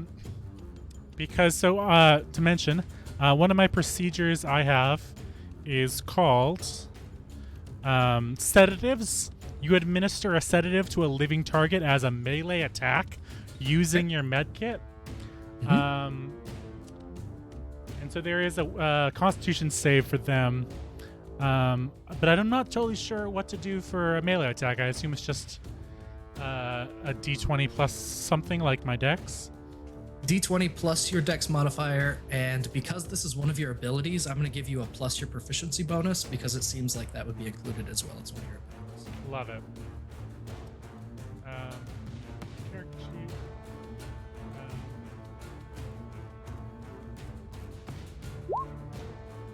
So it should be a D20 plus 2 plus 2 more. 2 more. Unfortunately, that's only a 10. That is only a 10. So you try and stab this thing with your sedative, and would you like to use a good table? I mean, I don't want to use another one from the group. It's up. I'll leave All it I up. support it. Is I support it. running. Okay, Use let's my do good it. Table. Okay. Go for So it. you completely miss the nostril that you were going for. It goes sideways, and this thing is roaring at you, and you actually get it into the thing's tongue. And you have like a hand partway in this Unas's mouth, and you're going, ah! And it's going, oh! Someone please clip that. And whatever your ability does. So they'll need to make a Constitution save that is a DC of 13. Okay. Usually they would get advantage on a con save, but because this is a good table being used, I'm going to give it disadvantage, which is a wash. So that is a Yep. 17. Yeah, they're very good at this. So I stab him with a sedative, and it shakes it off like nothing. All right. Emmy, you are running back to the base. Yep. So because of the distance, you're not going to make it for probably not 3 more turns to dial out. Valid. Yep. Lieutenant Colonel Russo? I am putting the camera case back around it so that it's protected as I sprint, because I do care not to get yelled at again by the properties manager. Thank you. Yep. Lieutenant Colonel, you have a pair of Unas in your face. Yeah, since they're right up here, I'm actually gonna pull out my sidearm And I'm just gonna try and point blank this thing in the throat. Okay. Since it is right on me. And then I am actually going to surge, which allows me to take an additional action. Perfect. So I can do this twice. Shoot that thing in the throat. An 11 to hit. 11 is insufficient. Mhm. 10 is even worse. Yes. So this thing is it's clawing at you, it's hacking at you. You're like trying to deflect claws. And you get the the 1911 up and I surge. Okay. Please use That's real it for me, dice. man.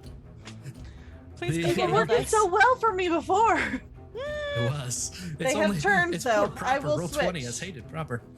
The Unas start slashing.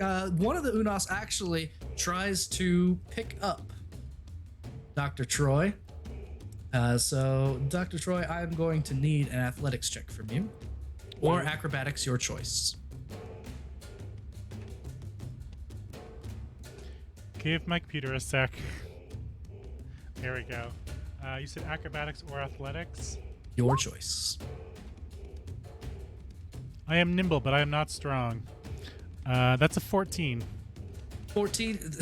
This massive creature reaches down to try and grab you, and you're trying to kind of duck and wiggle out of the way, and it gets a hold of you by the front of your tactical vest and picks you up off the ground and takes 2 steps toward the fountain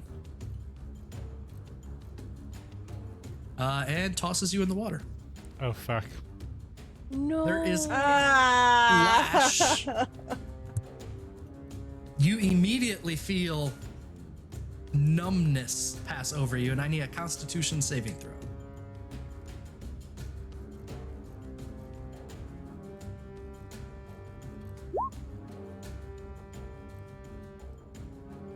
An 11. You feel this numbness start to pass over your body, and it feels real tingly. The other one is just going to attempt to do the same thing to you, Lieutenant Colonel. Athletics or acrobatics, your choice. It rolled a nat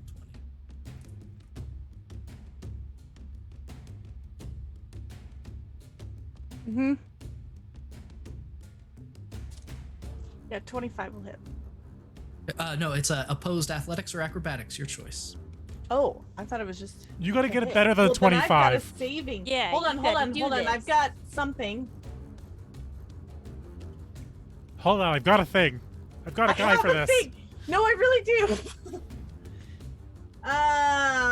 Saving throws. You did get Yes, a +2 I from get chat Extra also. on saving throws that are strength based. Sure. And Chrissy gave you an extra +2. I swear to God, if you roll a 1. So close. Hold on. +2 meets it, beats it. Yep. So, this thing reaches out to grab you to try and pick you up, and as it does, Lieutenant Colonel Russo, everybody in Trey, arms up, snapping your arms down, and both its claws just tear away parts of your tactical vest. Well, shit. Do I Doesn't- need to update No, my? it doesn't tear it off. It like request. tears Okay, your okay, okay. pockets open. You lose a candy bar. My pockets. No! My Not the clip bar. stickers! What is the bar that Daniel always has with him for some reason? Oh. Oh, Is the it 100 right grand, I think? non-branded I one, think it's yeah. 100 grand. Yeah. Yep. Yep.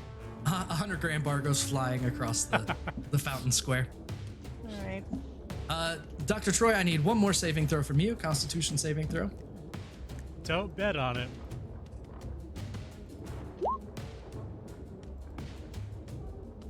$19. That's not too bad. So as you are submerged in this water, a 19 is insufficient. And you just feel everything stop. Dr. Connor, as you are running, you notice that it has begun to rain. Oh no. So as water starts to fall, you can feel this fat drop that kind of hits you in the corner of your eye. And as it does, you just feel the tingle.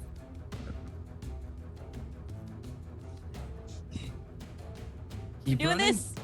We're running. We're protecting main body mass. Lieutenant Colonel Russo, it has begun to rain. It's not a problem yet, but you can feel the I tingle. also am under the tree. Yep. So you can hear the raindrops hitting.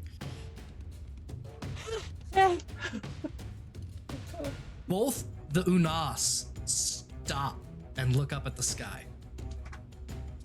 Can I just really quick? Can I like try and look at them and then be like, where do we go? And hope that there's this moment of bonded, we need to survive whatever is about to happen. So you don't speak Goa'uld. No, I'm And- absolutely going like,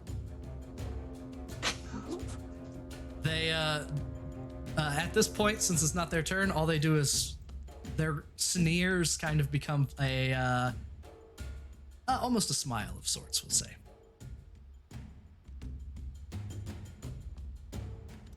What would you like to do for your turn? well, I really want to stay under this tree, but listen, Troy's in that water. If they are concerned about the rain, I gotta go get my guy out of the water. Okay. Okay, that's what I'm doing. I'm going in and like I am going to try and put as little of me in for as little as possible, and just reach in and grab, the strap on the back of the vest. Yep, the one that's there specifically to pull people out of situations and I am exactly gonna like just this. grab that and just wrench. I will give you two options. Yeah. If you would like to do it the lower exposure way of just shoving one arm in to try and pull him out, that will be one athletics check. If you want to use both hands to pull him out, it will be at disadvantage, but you'll be more susceptible to water. And so that you're not too terrified of the 19, it will be more there's a big disadvantage. difference. There's a big difference between being completely submerged, your whole body, and partially Sorry, submerged. you just said that two hands would be at disadvantage, but one would not. Your two hands will be an advantage on the check. Oh, added. And- Yeah, you know what? Here's the thing.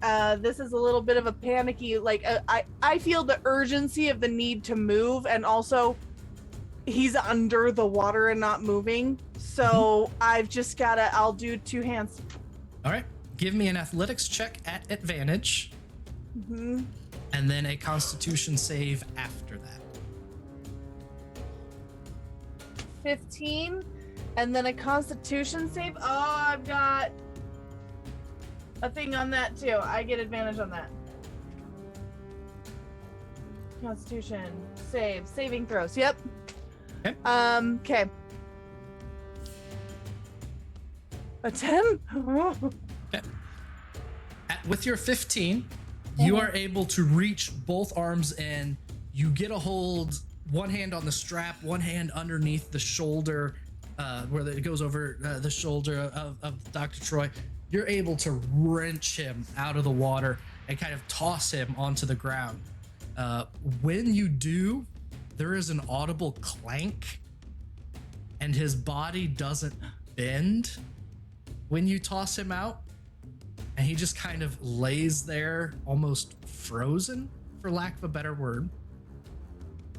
And both of your arms go completely numb after you pull Okay. him out. Okay. Both of the Goa'uld turn and start running. Yeah. Doc Troy, nothing is happening as far as you know. Doc Connor, you have 2 more rounds before you get to the Stargate. The rain is picking up. I need you to make a Constitution saving throw if you're going to continue going through the rain. Okay, I'm gonna read my entire character sheet to make sure I don't have anything against this. Is this poison? Nope. Alright.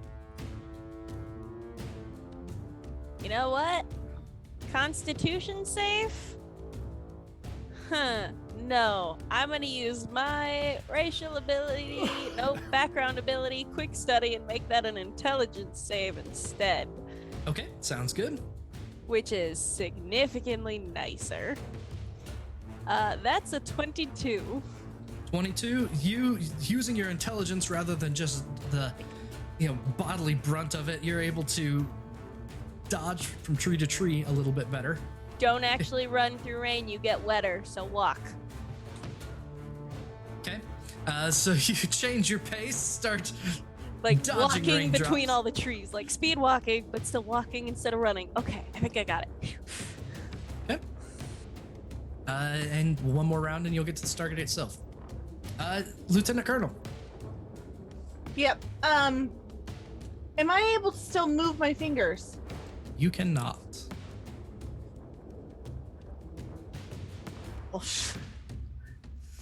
Okay. Well, heck. The immediate impression is as though your entire forearms have been replaced with marble.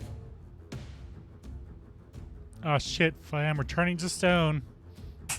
Yeah, you're being petrified. Okay, can I with my foot just roll him kick over. Troy over onto his back and then like get down without using my arms and just try and resuscitate or see if he's breathing or anything? I mean, I even am if you not about- can't, even if you can't feel your arms, you could use them. Can I just Thunk, thunk. There is an audible clanking sound. lose You're my about guy? to shatter him into pieces. And I try and get his lungs moving. If I blow over his mouth and nose, do I see his chest rising? You do not see anything moving on his body at all. He's frozen. Okay. Okay, I don't know if I'm allowed an extra action. I mean, you're the only person doing things right now. Yeah, you're the I'm only literally one. just gonna use my arm to try and hit down the button on the radio on his thing and just be like, Connor, Okay. the water's turning us to statues. That reminds me of an important point that was overlooked in the stress of the situation. Yeah, his radio does move, and his clothing is still soft. Yeah, okay. Well, yeah, I'm just as best I can. I'm Yep. gonna hit the radio and just say, Connor, the water's turning us to statues. And I assume that's all I can do. Yep. Okay. Connor, you get a message across the radio. The water's turning into statues. You Yeah, keep it's running. You're raining one here, round too. away from. Yeah, I'm getting to the DHD if I All right. can. So one more saving throw, Constitution, or Cool. if you can do that intelligence ability again, that's I don't know how many times you cannot. can. Okay, so it's a Constitution saving throw. Great. Why do you keep making me particularly make saving throws every round? That's a 6. That's a 6. Your body begins to get numb, All so it is now having an effect. But you do get to the DHD. I right. told You you it was can 3 still rounds. This is not- the end of 3 rounds, and you start dialing. Okay. Yes. You can cool. still dial home, even if you can't feel your toes. Yep.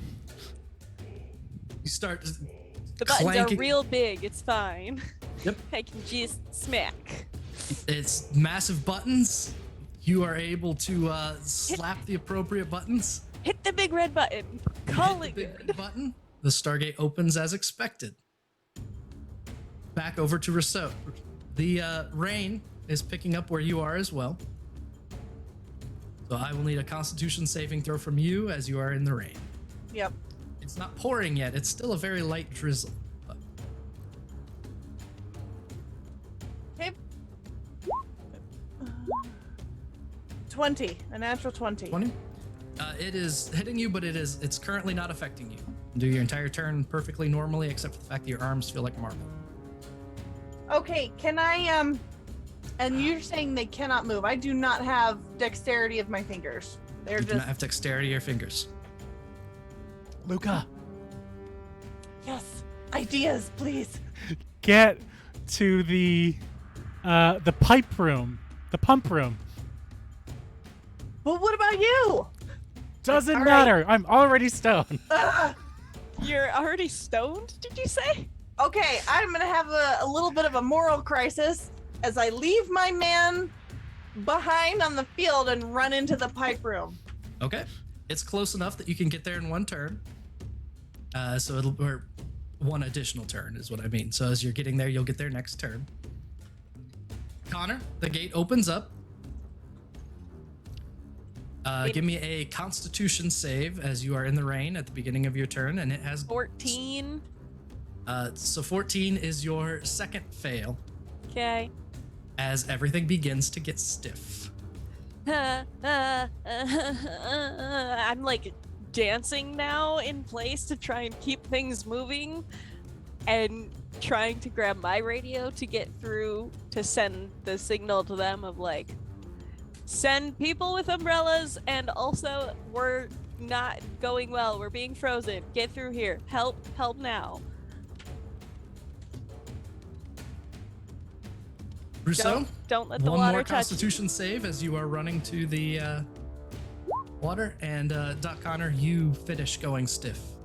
Can I 9. like duck under the DHD for any shelter from the rain?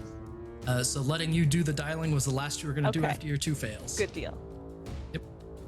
A 9, that is your first fail against, or is it your first or second against the water? I lost track. Well, no, your arms have gone stiff. So it'd be your second fail. So Yeah. you are just, as you get within like the last 2 meters, you can feel your knees stop bending and you're kind of kink, and slowing down. And just before you get there, you freeze. For all of you, everything is fuzzy.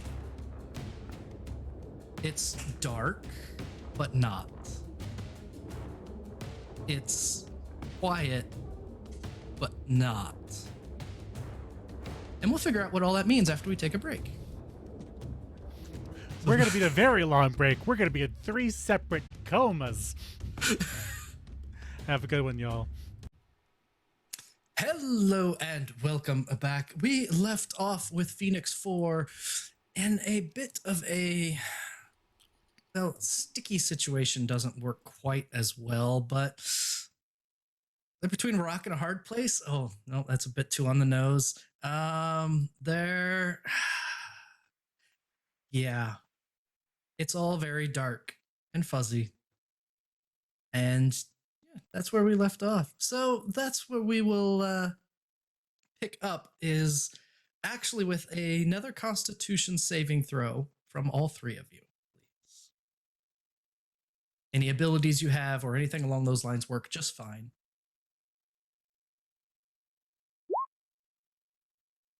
A 7 for Dr. Troy,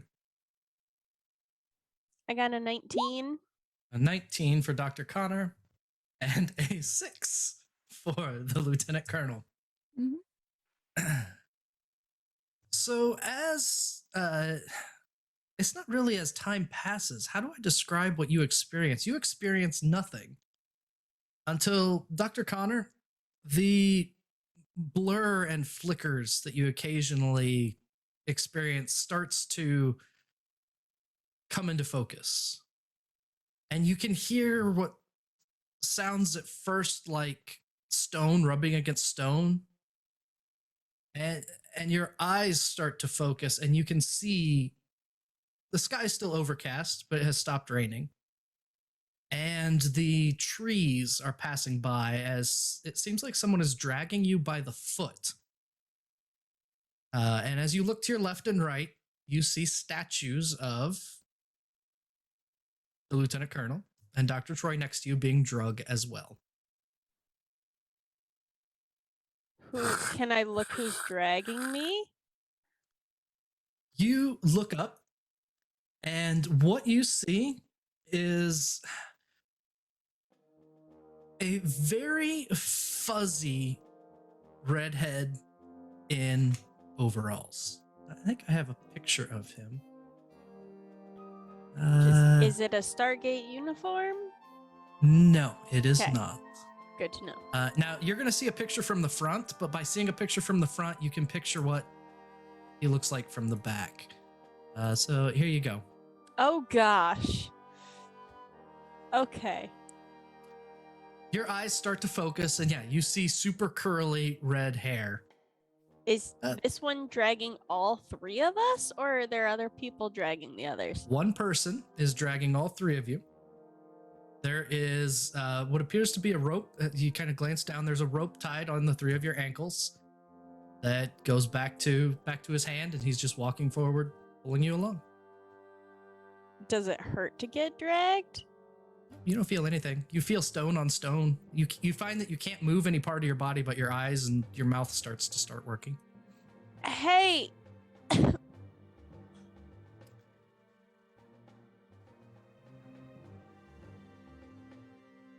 That's why I asked if they had walked away or not. You all stop moving, and this figure turns around and has the biggest, goofiest smile on his face that you've ever seen on somebody. Hey now, Hona, you're waking up. That's fantastic. You can tell me. I can't quite place you. What plinth were you on?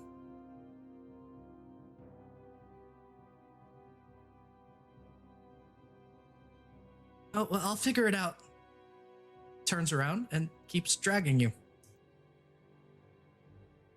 You're muted. No.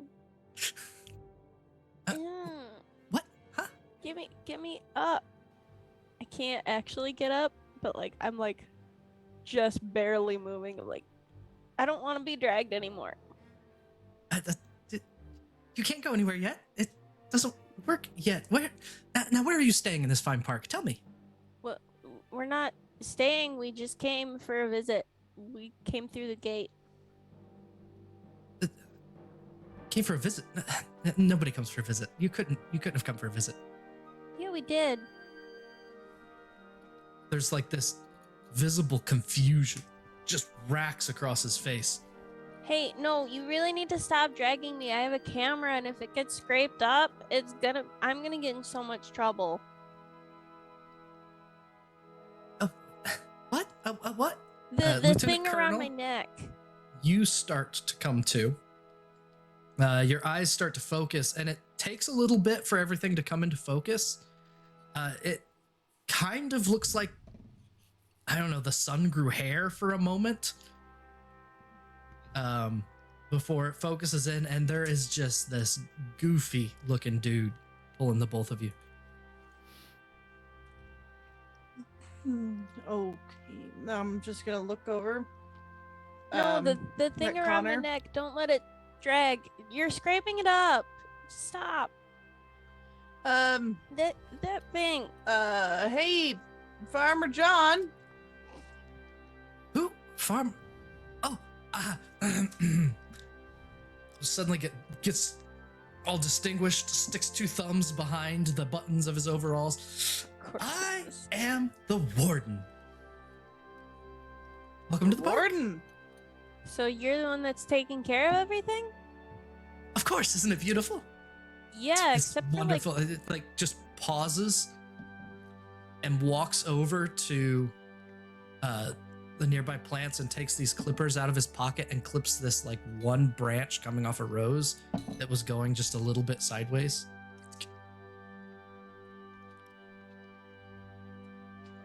Collects it, puts it in his pocket, walks back over. I'm sorry, what? yeah. Is there like a different person that does the streets or something? No, that's me. Oh, okay. Anyways, can you please stop dragging me? If I scrape up this camera, I'm really gonna get in trouble when I get back. Connor, I don't know if that's really the priority right now. It's my priority. I want to translate those things.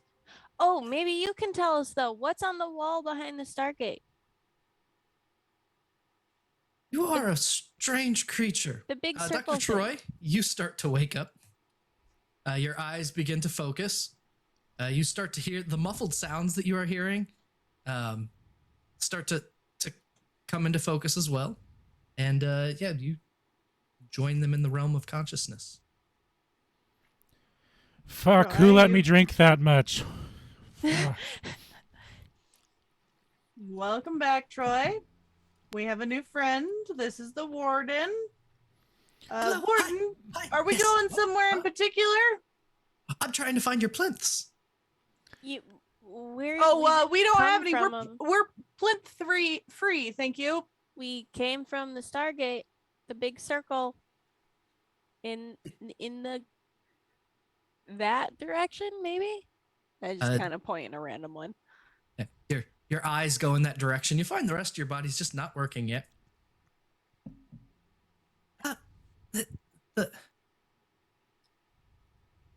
Now, Big circle thing, lots of triangles. we used to take prisoners from through there. So you were a prisoner dropped off then, right? No, we figured out how to work our own, so we kind of just we're explorers. We want to meet new people like you. We're not a part of this big old menagerie you got going on. We don't believe in. Warden, we're here to check out your gardens. Make sure they're up to spec. Okay. We've been sent by the people that usually send the prisoners. We're just here to check things out. I'm just gonna kind of look at, like, as best I can, just kind of look over with my eyes. Yeah, Troy's gonna just stop talking, I guess. No, picking up on that. What I would like is a persuasion from Dr. Connor, a persuasion from Dr. Troy, and a deception from Rousseau. I feel like this guy is not picking up what we're putting down about the Stargate. Did he say? Can I clarify something that he said? Go ahead. Yes. That are we? Did he say a prisoner that they bring in, or that he brings in? Like, did he specifically say that there was another person whose prisoners we were, or like? Oh, you probably wouldn't have gotten that impression. He just says that's where the prisoners come from. But he said something earlier than the prisoner bit about like, he was like, "Oh, you must be from something," and I forget what it was. But He was the only thing he wondered is, or the only thing I intended for him to wonder is where you belong here in the park. So which plinth is yours? okay, never mind that. And if you came through the Stargate, then that's where the prisoners come from. Cool. You wanted persuasion. So a 12 for the deception check. What was the persuasion from Dr. Connor? 13. And the persuasion from Dr. Troy? Getting there. 16. 16? So the three of you, you kind of make those points. He kind of pauses and looks at you a little bit. To investigate, you figured out how to make yours work. This is all very, very troubling, very confusing. If you're here as a prisoner, you belong on a plinth. That's where prisoners go. If We're you're not prisoners. he just like stops, completely freezes when you say we're not prisoners.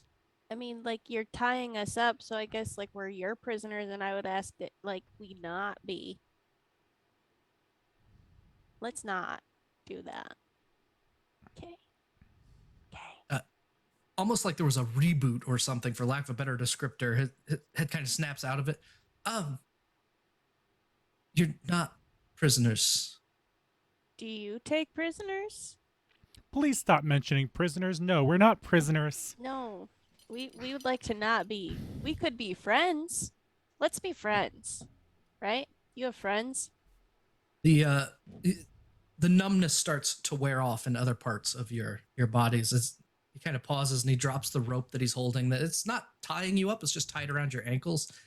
He seemed to have just not cared about dragging you across the tile. That's good. Kind of stops start. and help me understand then. You're from somewhere else, but you're not a prisoner, but you've come here. Yep. Right. Why? Came by for a visit. Because It's a routine inspection. we wanted to know what was here. You have some pretty impressive gardens. Thank you. I keep them myself. We noticed. They are really beautiful. Oh, thank you. We Thank think you. you're doing an excellent job here. So, Warden, is You're there very nice. there anyone else here with you to helping tend the garden, making sure you're tending the garden? Like someone you report to, or anyone else here? The warden pauses again, and everything just kind of stops moving. Not for a very long time. What's a long time, Warden? Pauses again. This time for just a little bit longer. Not for a very long time. On a DM, on a scale of 1 to like definitely a robot, can I vibe check this guy? Go ahead and give me an insight check. Definitely a robot. Just give him a captcha. Why am I using Roll20 to roll? Okay. Don't. I Well, just gotta a 10. grab my physical 10. dice real quick. Oh, it's Yep. it's not a hard thing to intuit, but I just kind of wondered what you would intuit beyond that. I'm just He wondering. is- He seems like he's been here for a while. Maybe his programming, like, you know, when it's been a while since you've rebooted a machine and the memory kind of fills up, and it's like he's running on really old software. And I feel like every time we query him, it gets harder and harder for him to access his subroutines. So the impression you get with a 10 is that Mhm. there's something very robotic about this. Yeah. And it seems like with a 10, your understanding that him freezing up and having trouble accessing something, that seems to be happening. Yeah. Okay. So what Luca is saying is that we're in that one Doctor Who episode where all the robots are taking apart their crew in order to survive because they've been at it for so long. The clocks are broken, Doctor. Thank you. Sorry. That is Anyway, my all-time favorite episode of Doctor Who, by the way. of course it is because it's a great Perfect. episode. It's a good amazing. episode. Okay, so while Lee's sitting there, I'm just gonna kind of look over at Troy and Connor, just kind of like as my arms kind of get back, I'm just gonna kind of do a little robot mini dance to Which kind is of get a really cross- easy to do because not all your points of articulation are working You're yet. really good so at it's the robot probably right the now. best robot that Lieutenant Colonel Russo's ever done. Really unhelpful parts of my body are thawing at really unhelpful times. So he can't move his arms, but he will like scooch his body to show that he is understanding. Oh Lord, Okay. this music just got real dark for Yeah. For Did it? I'm Ups. sorry. Warden, was there a different warden for the city over there? And I like point towards the broken down skyscrapers. Because they're not being tended to nearly as well as you take care of your gardens. So as you point, his head like goes that way, but then it starts turning around in different. The what? This buildings, the skyscrapers. He kind of looks that direction and freezes and pauses for a little bit. Quick, while his head is turned, leave. Oh wait, we can't run. And looks back. What? I'm sorry. I don't understand. How far do you tend here? How big are the gardens? Oh well, there's the north fountains and the south fountains, and the main fountain, and then there's the transport ring, and then there is Yeah, that. and yeah, that big. Okay. It's everything. What do you mean? trying Yeah, to chime in right. with Russo's idea that we are actually just trying to do like a progress report on him. Troy is going to say, it's been a while since your last inspection. Can you let me know what was the name of the last I'm trying to think of a good word for this. The last inspector who came by to visit your work? There's this pause.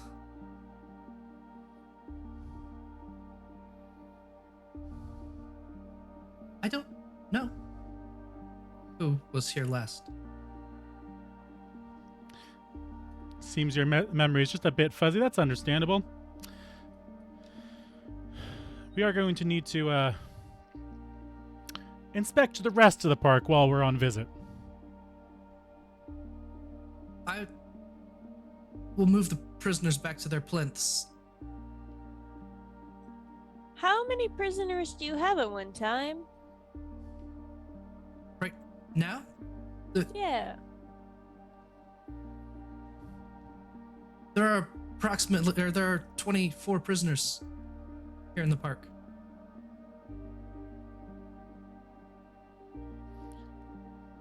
That doesn't include us, right? No, I have Okay, been good. having trouble finding your plinths. We've been wandering looking for them for some time.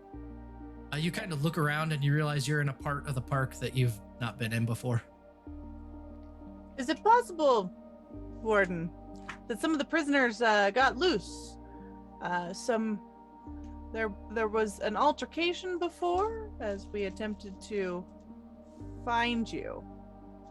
Some Unas attacked. Yeah, the two plinths near the big fountain were empty, so they probably came off of there. Oh, Istin and Sina, yes. They're back. The waters had been off.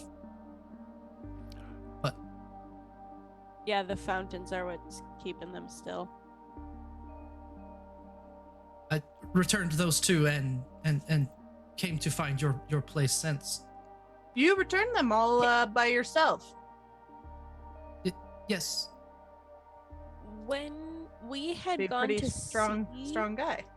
When we had gone to see the big fountain with the two plinths that were empty, was the water spraying onto those two plinths? It was not when you It was saw it. not like it was broken or blocked up. Yes. Okay. Oh, cool. We figured out where they came from. Hooray. The water was off, but I turned it back on, returned them. I will make sure that all others are where they should be. Yeah, that would be good.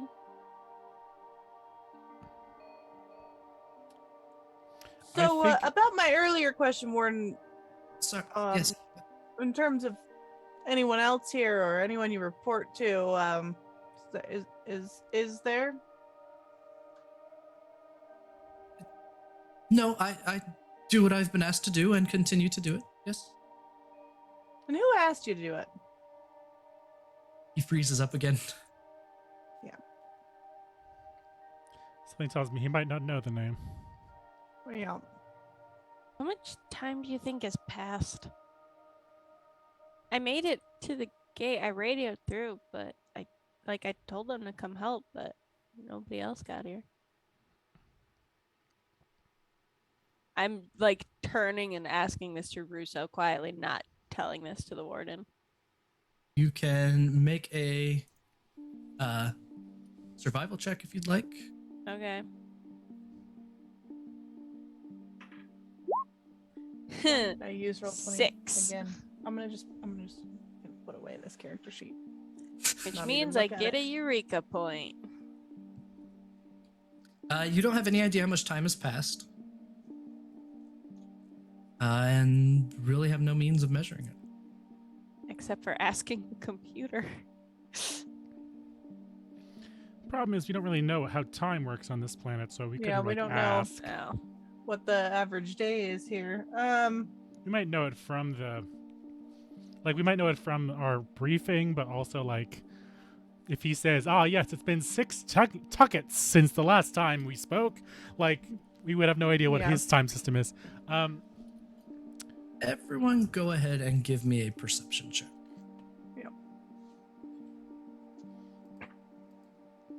Also, about how far are we? Dirty 20. 18. dice. How far are you from what? from being fully, well, cured. So you've definitely gotten your sense of movement back. You probably couldn't run right now without falling over, but it feels like it won't be too long. Those of you, so the perception checks there are plenty to hear. Everyone except for Dr. Troy hears the sound of the unstable vortex in the distance. Somewhere It's just at the edge of your hearing. You can hear that whoosh, Perfect timing. As in it's opening, or as in it's still running? opening. The whoosh of the opening. And It's enough to call your attention in that direction, which is to the north and the west, quite a ways. remind us of protocol. It was 2 hours that we had to check in, and then if they didn't hear from us, they'd call like every half hour. So you would have Right. been expecting a check-in. So this, we didn't talk about the length of this mission, which was my mistake. It's meant to be a 12-hour mission, so they would not have checked in for half that. So they wouldn't check in until 6 hours. If Okay, that but whooshes, I- can I just tap the thing, the radio? You definitely can tap the radio. I had walked through, so I kind of was just like, did it get to them? Is this coming to get us? I'm gonna just Connor, tap it again. Does anyone respond? No, there is no response. Connor, I'm not thinking that's us. At the exact time you say that, Play dead. there is the series of blasts of energy that come streaking out of the Stargate. And you see all three pass through and just wipe out a trio of skyscrapers over your left shoulders. You look back in the direction of the gate itself, and you can just make out the top of an image that flickers into existence just within the Stargate. And I have a picture. It was a picture that I did not share last time. I forgot to. You see just the head of Wapwawet come into the scene. And his voice echoes across this park. I am Wapwawet, your lord. Bow before and serve me, and some of you shall be permitted a long life of servitude.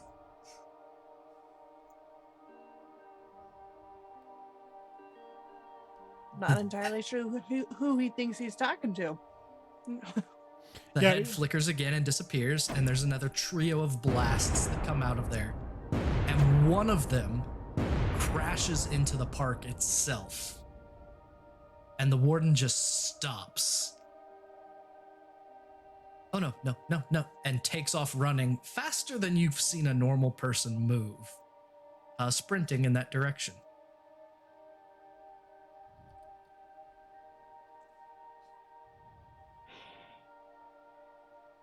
And Alright, let's can go we walk follow. yet? Yeah, You can walk, yep.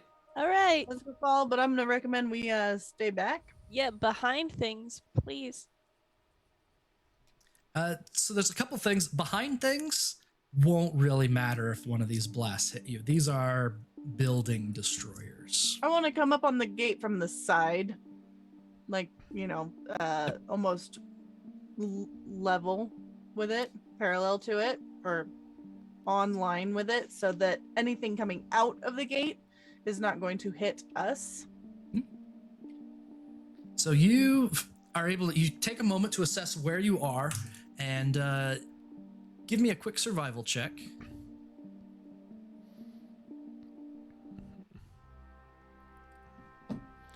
Oh no, the map has changed again. I just changed it. 15. 15, yep. Between the blasts themselves and everything else, you are able to place you and your team about, did I move you or just the map? I moved you, okay. Somewhere in this southern fountain area. It is quite a distance to the Stargate itself. All right, can we run down the road? Can I direct the team to run down the road up to here? Yep, you can head that way. You doing this quickly, stealthily? What is the plan? I think I'm just gonna get on this road here and just direct everyone to crouching low, run up this road as fast as possible. Don't have to tell me twice. You start running up the road. There's another trio of blasts. One of them lands in the main fountain plaza.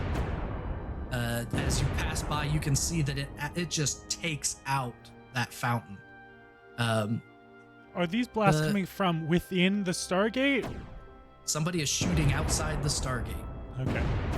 So there is this streak of energy that, let's see, show to others. But they haven't arrived through the Stargate and are shooting from this planet.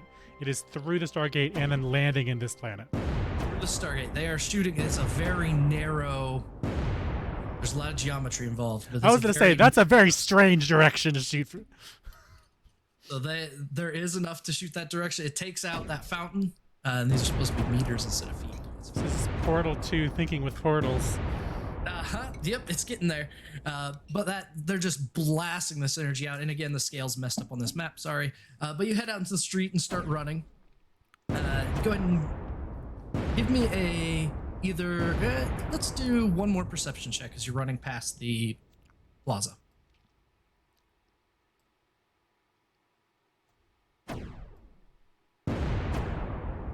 That would be a 12. 12, 6. 6, Both my 18. electronic and real dice are bad. 18. All your dice hate you. As I you switched. No, I was propers. Propers were I got those 220s for real garbage stuff at the beginning. It was great. It's been wonderful. You start out great, and then it just all goes sideways. That's this As whole you're running by, stream. the way as you start running by, what were those? What did Connor get? 18? Is that what you said? Yep, I used my Eureka point. Yep. So at 18, you see one of these things in the plaza. Cool. You recognize it's a Goa'uld reconnaissance drone.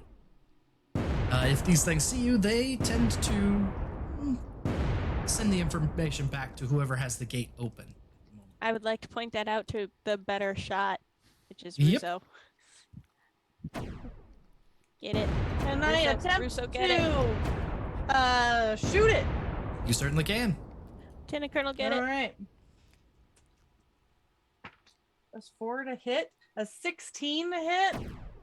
16 will hit, yes. Ooh. Okay. And then It is not an easy thing to hit, but there is not much protecting it. and then And a Bert- 7 plus 2 for damage, so a 9 damage. 9 damage is enough. You blast it. Your burst fire kind of pops in a puff. Right. You keep running up, and you make it to where you're pretty much lateral with the Stargate itself. As you're sprinting, the blasts keep coming through, but you're confident that you're at an angle that they're not going to be able to catch you with the blast. Okay. Now that we are lateral and making sure that the team is with me, should we kind of creep up here on the Stargate is what I'm thinking. I don't know where Warden Boy went, but I'd like to try and get a better look, but not at so much risk of these blasts. Let's go fast before we're decimated. All right, so yeah, I just want to, now that we're up here, I just want to kind of like very quickly, but like still trying to stay low, go laterally towards the Stargate. And probably stop before this road, like while we're still within the cover of those trees, just to see what is happening at the Stargate. Sure. As you start moving toward the Stargate, it begins to rain again. Slowly at first, just those first couple of drops. But you know that if it does what it did before, it'll probably pick up pretty soon. Is there any cover around? Can we please find There's cover? trees, there's you take a look around, there's probably, it looks like maybe a small tool shed. You might have Let's something in your I'll pack. just to the tool shed. Yep. Signal everyone in there. I mean, if it's locked, we are smashing the door in. Yep. Make your way over. You open it up. Smash and we have a gun. You see meticulously organized gardening tools. Okay. But yeah, there's plenty of room for the three of you to cram in. All right.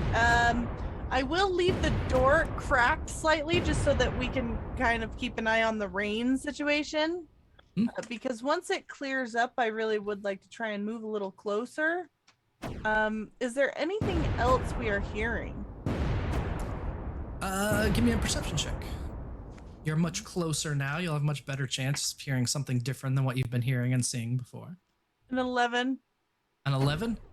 11 is enough to see one of those reconnaissance probes fly by.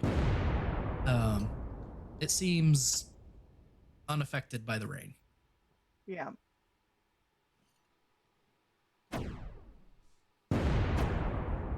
The bombardment continues. Oh, I have it on loop. I So yeah, don't the bombardment assume definitely continues. that anyone has a slingshot. I have enough tools. I can probably. I mean, it's not hard Create to make one. one. Well, it means that we have to have Nah. something strong enough to So- sling. Out of character, I was thinking like, if there was some way that we could knock this drone down and use it to. I've seen Carter do this. Hack into the system. Get more intel through its If feed. you to wanna knock it whoever's on the other down. side of the. I can probably hack into it. Yeah, right. But if I just shoot it, it'll probably destroy any machinery. So I am open to ideas as to how we can take this down without. Is doing there any that, kind unless you of, guys think this is a dumb idea and we should just run for the gate once the rain stops? Is there a tarp in the tool shed? Each of you have, I think, a tent in your bag. Yeah, True. we do. Ponchos! Ooh, can I pull out my flashlight and at the recon droid and then just kind of duck back in the thing? You want it to come to us? Mm-hmm. Yes, you can. And that's, I'm not going to need a roll or anything. You click over. This drone is flying by slowly, and when your flashlight goes off a few times, it just stops and turns toward the shed and starts flying your direction. All right, I'm gonna get the butt of my rifle ready, standing behind the door. Just gonna pick up a yard rake or something, just so we can Yeah. both just bop it. Yeah, and I'll grab some blanket or tent or some kind to try to wrangle it down if we need to. It comes up to outside the door, pauses. Little hook arm comes out. The rain's picked up quite a bit now, so it's really started to come down. And it slowly opens the door, and the three of you absolutely ambush the thing. Between a rake and the butt of your long arm and a tarp, you have a reconnaissance drone in a bag. Yeah, I will look at Troy and be like, Doc, do you think you could get in there? You can certainly try. Will you let me make something like an engineering check? Engineering sounds good to me.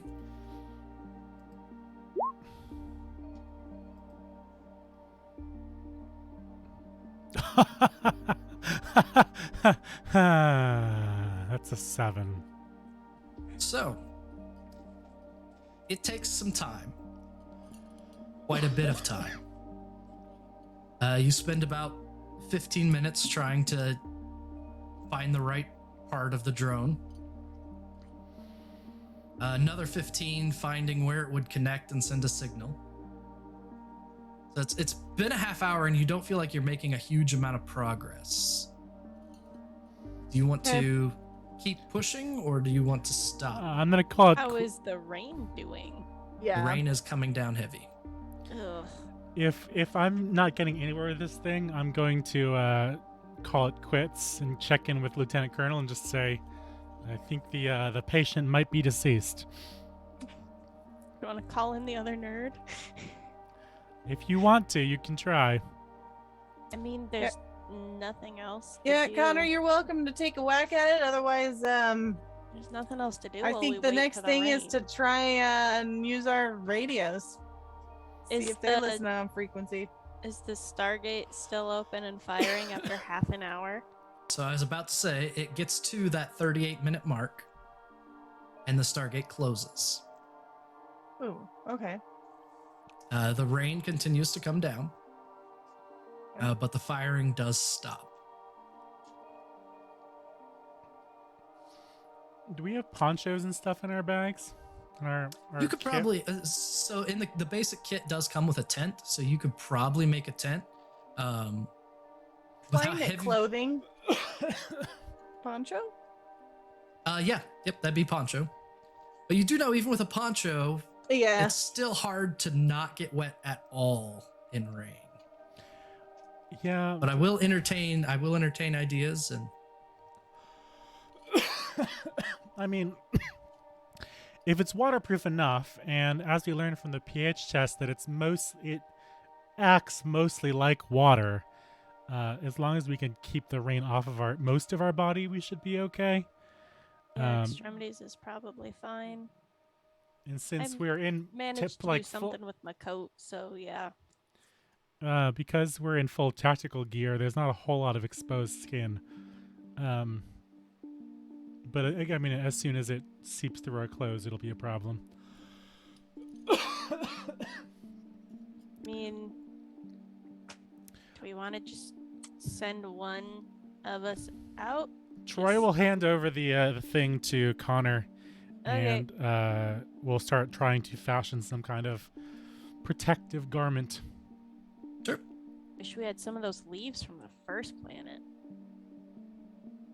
But that would If I take out my tent, Connor, come here, you want to be our runner again? sure. Hold on, I gotta sneeze. Okay, bless you. Thank you, Connor. Mhm. You didn't That's what get the enough Earth histam- folks are say, your, right? Are your antihistamines wearing off? Like we Yes, packed they extras. absolutely are. Okay. I am going to just take out my tent and be like, all right, Connor, come here. Okay. And using, like, I'm sure I have like 550 cord, things like that. And I'm Uh-huh. just going to basically fashion a spaceman suit for you out of a Hooray. tent. Yay. And then, like just kind of put the poncho over so you have that hood coming down. Yep. And then cut little eye holes for you. And I'm just going to slap you on the back. All right, Connor, you ready to run again? I feel like I am a child in a very homemade Halloween ghost. I'm gonna just try and put your arms down and they'll just go back up. This is very much like a Midwest Halloween costume, like that has room for a snowsuit underneath. So it takes about a half hour to fashion this in a way where you feel like you've got it it's sealed up pretty waterproof well. now. And it because stops raining, doesn't it? there's kind of a lot hanging on not getting that wet. So yeah, you are able to very tightly seal up Connor in a tent with a bunch of cord. And Connor, you're gonna make the rain slows down a little bit. Yep. I'm making the not dash, but like I'm making the journey. Okay. So from where you're at, it's going to take you 3 rounds to get to the gate, Cool. just like it has with all the other exposures to water. The Mhm. Constitution save starts at one number and gets higher the longer you're in the water. Cool. Because of how good you have done, it's going to be very low. Mhm. And the first round, you're not going to have to make a check at all. Yay! So it's an automatic success, so to speak, for that. As the door opens up, and Dr. Troy and Lieutenant Colonel Rousseau, you see Doc Connor waddle out into the rain.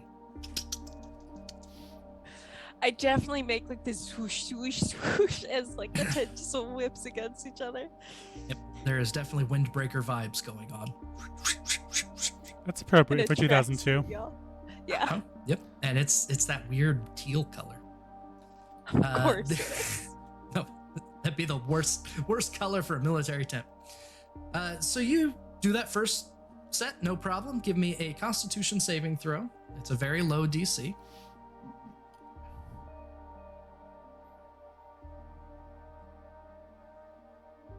I threw my dice so hard that it fell off the back of my desk, but it's okay. I got an 18. 18. The water is not leaking into your suit. You're feeling pretty good, pretty confident at this point. The gate starts to come into view around a section of trees. And give me a perception check at this point. Yeah. 7. 7. All right. Does that count as a failure? Can I get a eureka? It counts as a failure. You can get a eureka. Awesome. You keep. If the DM asks for a perception, you roll, and they just go, "All right." Yeah, that's a failure. That's a failure. Yeah. Okay. You start running closer, coming up on the DHD itself. Go ahead and give me one more con save before you All right. enter the plaza. I do want to slow down entering the plaza because there's less cover. Mhm. And also, maybe if I can kind of like suck one of the arms in the poncho and like click on the radio and be like, okay, we're coming up to here. And just to like update Russo.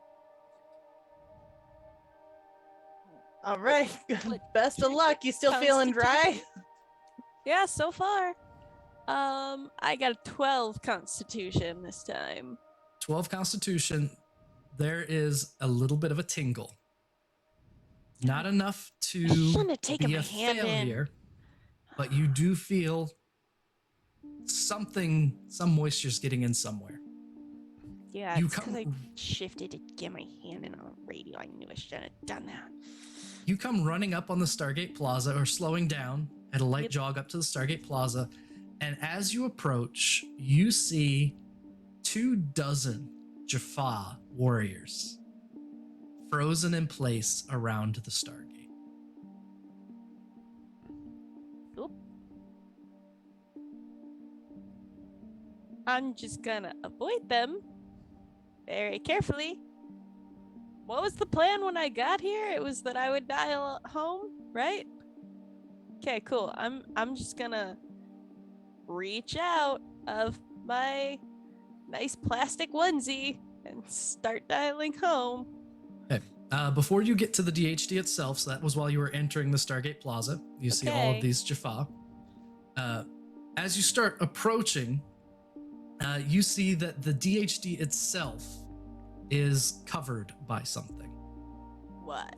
It looks like a tarp, maybe? Okay, I can move a tarp. I am a tarp right now. It's fine. But is it protecting it from Hands. something that would otherwise get damaged in the rain? Sorry, is I'm the not here. tarp I can't tell frozen? you. No, my thought is like, is the tarp organic enough to be frozen in place over it because of the rain? No, you don't get that impression. Okay. It looks like a very similar plan to something that you've entertained as a group. Just covering the DHD Something is covering the DHD. so that it doesn't get in. Okay. I'm gonna just kind of radio like, hey, there's something on the DHD. I think I should be able to move it as long as it's safe. Gonna approach. As you get closer, you can hear voices within the tarp. Uh-oh. Oh, so like the tarp is like a tent big. Yeah, it's not Okay. covered by a tarp. Okay. It is. Okay. Sorry. Yep. Yeah, Not that covered changes by a things. tarp. That did It's not get covered by a across. tarp. There I'm we sorry. go. Nope, Okay. I did not use I was covered like- appropriately.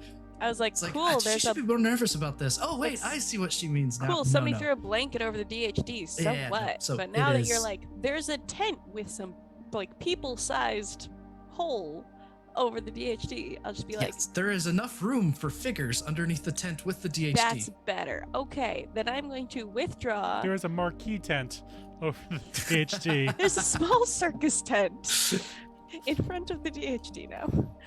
Yeah, I'm gonna withdraw and kind of state what's happening here. Of like, Lieutenant Colonel, there appears to maybe have been faster actors here. They took our idea, and they, I think, are going to get to the DHD before we can. Should I stay here and just watch, or should I come back to you?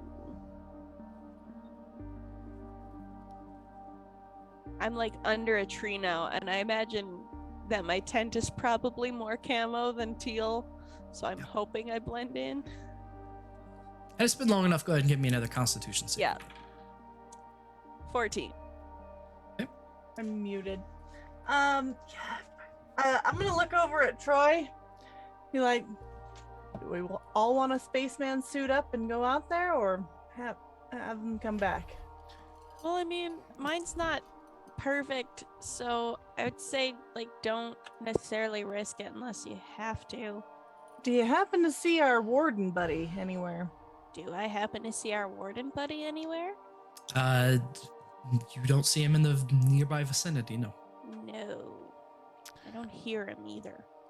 Can I ask a question of loud. something that Connor would have recognized right away? Is the entire park like destroyed in any way?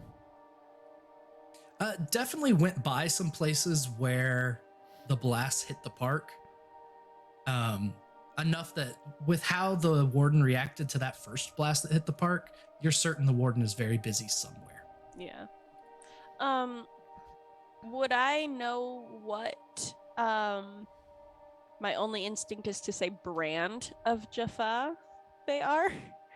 Like, do they have markings of like, these are Wapwawets, these are Anubises?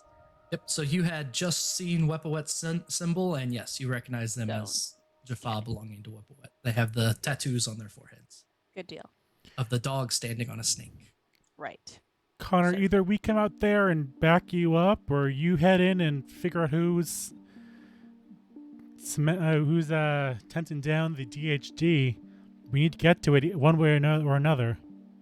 Yeah, I mean, Connor, I'm hesitant to have you just walk all the way back, having gone out there. Yep. What's the rain looking like, Jim? It's slowing down some. So it seems like it's beginning to pass. You have a but you're not tactical sure when. advantage because they can't leave the tent as much as you can. So, Yeah. My do you tent's believe more in your portable. diplomatic abilities? Sure. I have a Eureka in my pocket. I can do this. Up to you, Lieutenant Colonel. I mean, it feels Yeah, like it's Connor, Jaffa in let's there. we've got you there. We might as well get started on working our way towards you. Yep. Yep. We'll Shoot we'll up. start making our way there. If you want to go ahead and try and use your diplomatic abilities, we'll be there soon. Okay. I hope this is the right decision. Yep. There I'm is no pretty right sure decision, Luca. It's No, fine. yeah, I know. Oh, okay. It's fine. It's okay. If everything just goes bad, we'll just yank the tent down. I'm just gonna yank the tent down. I'm gonna do that. And then they'll get wet, and then either they were bad guys and it's good that they're frozen, or they'll be good guys and I'll be like, oops, you'll thaw, and then I'll die anyways. I'm gonna yank the tent down. That's my Alright. diplomatic solution. So I need another Troy- Constitution save. Troy and then- suggested diplomacy, Troy. and Connor decided chaos. Another con save. Yeah, that's a 7. That's 7. You can feel that there is definitely water inside your suit at this point. Oh no, it's just like a little puddle in the boot, isn't it? It Oh, is no. a puddle in the boot, and you can feel it. It has soaked through part of your shirt, so you kind of feel that just part of your body start to numb from shoulder to hip. It's just cold and miserable. Okay, I'm gonna go knock their tent down now. Are you approaching quickly or No, stealthily? sneaky. Go ahead and roll stealth. 14. Rustle, rustle, rustle, rustle. You start to approach this tent that's built up over the DHD. And as you do, you hear a pretty distinctive sound as the gate begins to illume. And the DHD itself is activated. As you are walking up, you're about probably 15 feet away Mhm. when a new Nas steps out of the tent in the rain, takes one look at you and says, "Free." I'm gonna bow. And all this will be in Goa'uld, but we're not doing that. Yep. So, Thank you. an obedient one. You could be of use.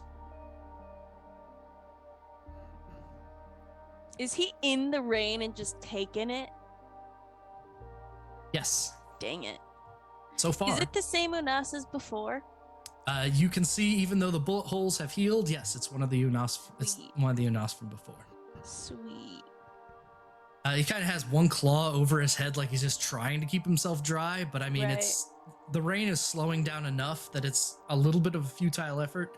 The two of you over in the shed, you finish wrapping up. Was that what you were doing? Is wrapping yourselves in tents and joining? You're so Yep. wrapping yourselves right Yeah. now. I mean, we probably would have checked in before we head out into the rain, though. Yep. That's fine. I assume is Connor not responding? Well, I mean, you said go do my diplomacy, so give me some time to do my diplomacy, you know? Yep. But it would So be their like their voices yeah. come across. Are you saying anything or just clicking it? We'll click it first. See what's happening. Yep. Listen Are you into the ready? diplomacy happening. Your radio clicks. I'm gonna just get this a second. Yeah, the Unas are back. They're not shooting yet. I would not come out shooting. See you when you get here. Understood. Okay, thanks for letting me get that. Where did you come from? There. I'm not an idiot. I know you came from there. More specific.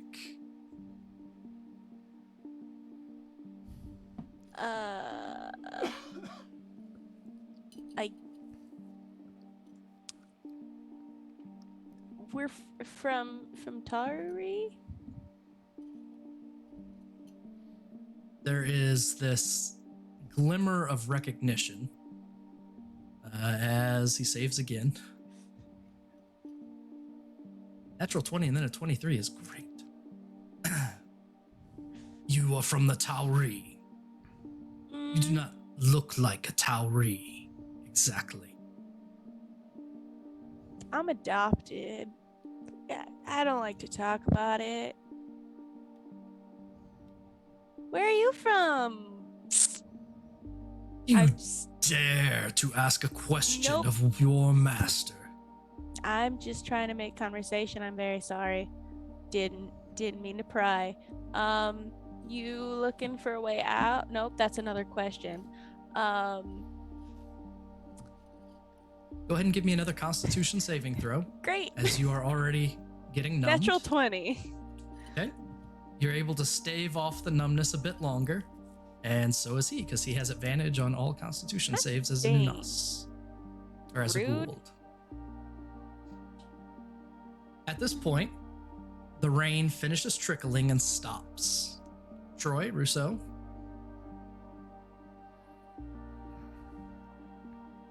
How far into the wrapping up process were we able to get? you've got some decent protection.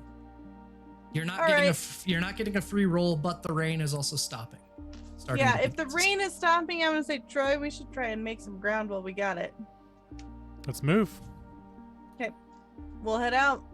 Both of you run out, and you can feel bits and pieces that kind of make you wonder how tight your contraption is. So go ahead and roll Constitution saves with advantage. Uh-huh.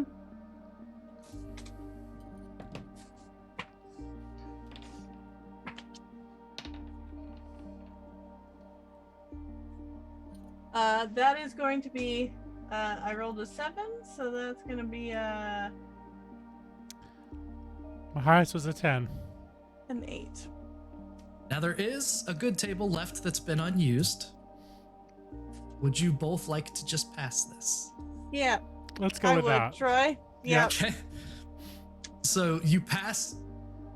You feel it a bit cold, but after a moment, it's just a cold sweat. It's not rain, so the sense of panic goes away for a moment as you start running toward the gate. Goes back to Dr. Connor and the Unas. The rain finishes to where it's just a drip or two. Okay. And out of the tent, walking toward the Stargate, is a figure that looks very much like the one that was at the top of the fountain. A little bit on the tall side. Hair, a full beard. Begins walking toward the gate itself and glances at you down on the ground.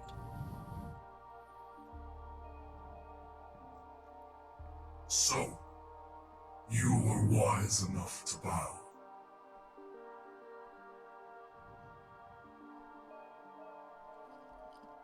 Am I allowed to ask you questions? Because, like, they don't like it when I do. Hi. Can I help you? Can you help us? This guy just pauses as he tilts his head for a moment.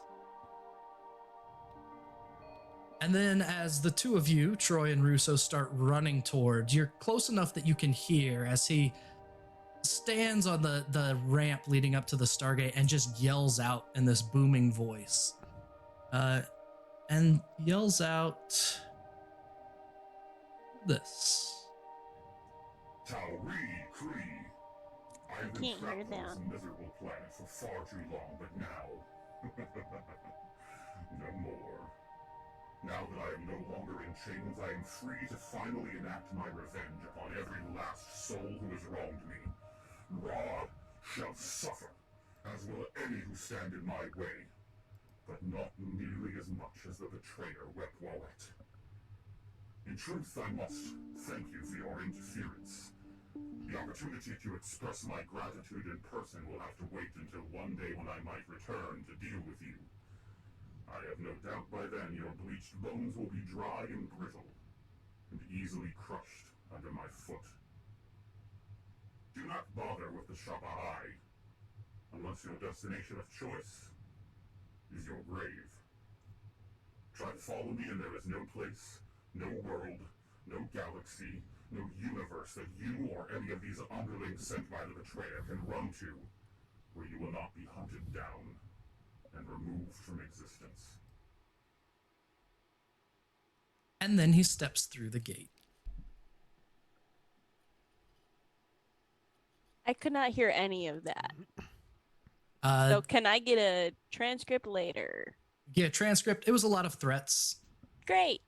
Love that. Important information is that he mentioned that Wapwawet was a betrayer, and that Ra will, I think, suffer or something like that. Yep. He'll get his revenge on Ra. No.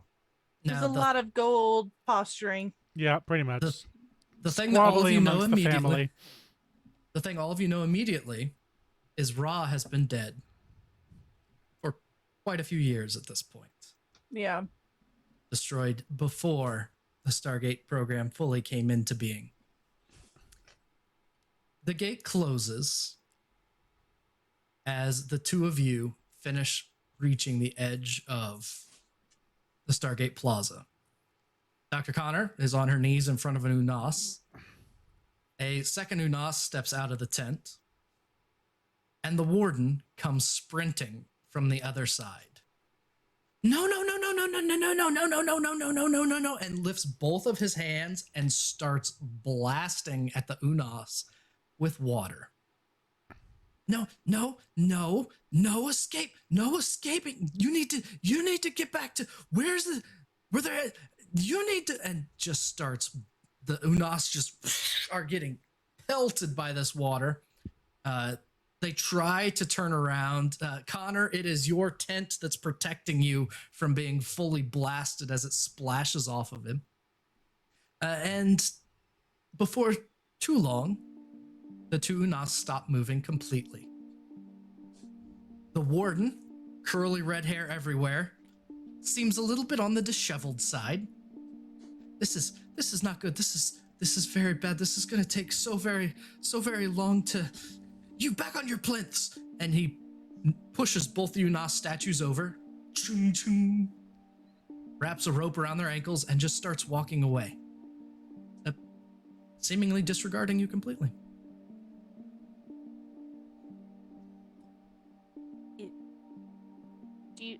Do you care that there's I'm too busy. missing? There's too much going on. I don't have to. There's one I've got too much missing. to. What? There's one missing. The one No, from no, the top. no. I'll put these away and be back. I'll put these away and be back. And he starts running and just like The takes fountain off. got And these. blasted. Their Okay. heads bouncing against the pavement. I don't think he cares, Connor. Should. What do we care about his weird obsession with keeping his menagerie of statues? Okay, There's not much we maybe can he do right knows now for something them. about Well, the from what prisoner I that can tell, it escaped. would seem, one of them just got out. That was One of them that thinks Ra's still alive just got out. and that thinks Wapwawet is a betrayer, so that would mean that that is Anubis. DM. So there is nothing about the speech that would make you think that that is Okay. a Goa'uld that you would know of. Okay. Wapwawet was just like a massive betrayer to everyone, not just Anubis, who we work for. Okay. Wapwawet kind of has a history. From what you remember of Wapwawet, he did betray a Goa'uld named Ra to Ra quite a while All ago. right. And by quite a while, I mean several thousand years ago in his history. And that guy probably has not been around recently. He is not. Hey, look at that. Cool. Well, we learned something. We also learned that if all the statues are prisoners, then the Warden works for someone who wouldn't have wanted to take him prisoner. But there's not much we can do about the Warden now. I mean, if you He want to did take also a try to Goa'uld prisoner, it's probably somebody we want on our side, though. Well, I don't know if you want anyone on that side of the any side of the war on our side, but we can certainly discuss it when we get back to base. Can Enemy of enemy is friend? He said we should not we should not touch the Stargate. Do you think he's done something to it? Looking Check to for the gold Lieutenant brick? Colonel. Check it for Yeah, the I'm gold gonna thing, just, yeah, I'm gonna kind of, all right. Both of you stand back. I'm gonna open it up and try and look in there. Okay. Go up to it. You can make it is a dexterity check or an engineering check to open up a DHD. And it's not a difficult check. Natural 20. You walk up as though it's nothing, step under the tent that they have surrounding the DHD. You pop it open. It opens right away. And usually the interior of a DHD that's off doesn't have any lights or anything. But there is a very subtle blue glow coming from these two vials of something sitting in there. It's like a clear vial about, probably from the palm of your hand to the end of your finger in length. That's attached to the power crystal of the DHD. Does it look like something I could remove? With care, it could probably be removed, yes. All right, I'm gonna look back at the others. Well, there is something here. I'm gonna ask that you guys continue to stay back and Nice of them to tell us, I guess. yeah.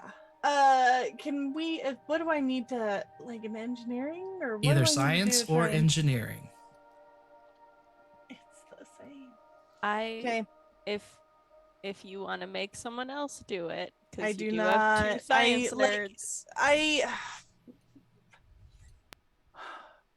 I realize that this You may be an gotta do this. explosive. Yep. Yeah, and I'm not gonna order I something else know. to do it. You could have. You could have. Could've. Though. It's gonna be a 12 total. 12 total. Yep. A 12 is exactly enough to disconnect one of the two. Ha. Okay. It Wait, takes one about of the two? Okay. it takes about 5 minutes of fiddling with it. More than a few swears, because it's not wired together. It's hard to figure out how it's connected exactly.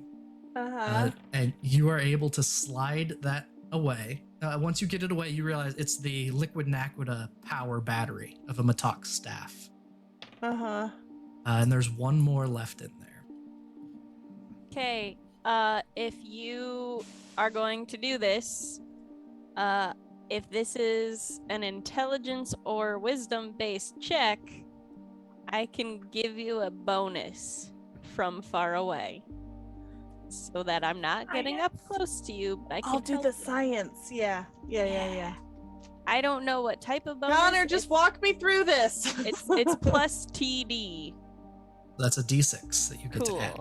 You get to add a D6. I'm just gonna be like, okay, so it looks like you've got one.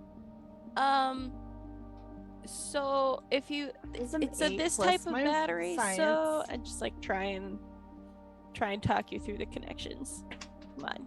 I got a 5. Okay, so an 8 plus a 1 from my science bonus plus a 5 from the TD. Yep. So that together exceeds the DC. You disconnect the other one without it blowing up. Those are some really crappy rolls, yo. Listen, You were able to get tried to both help. the power cells off.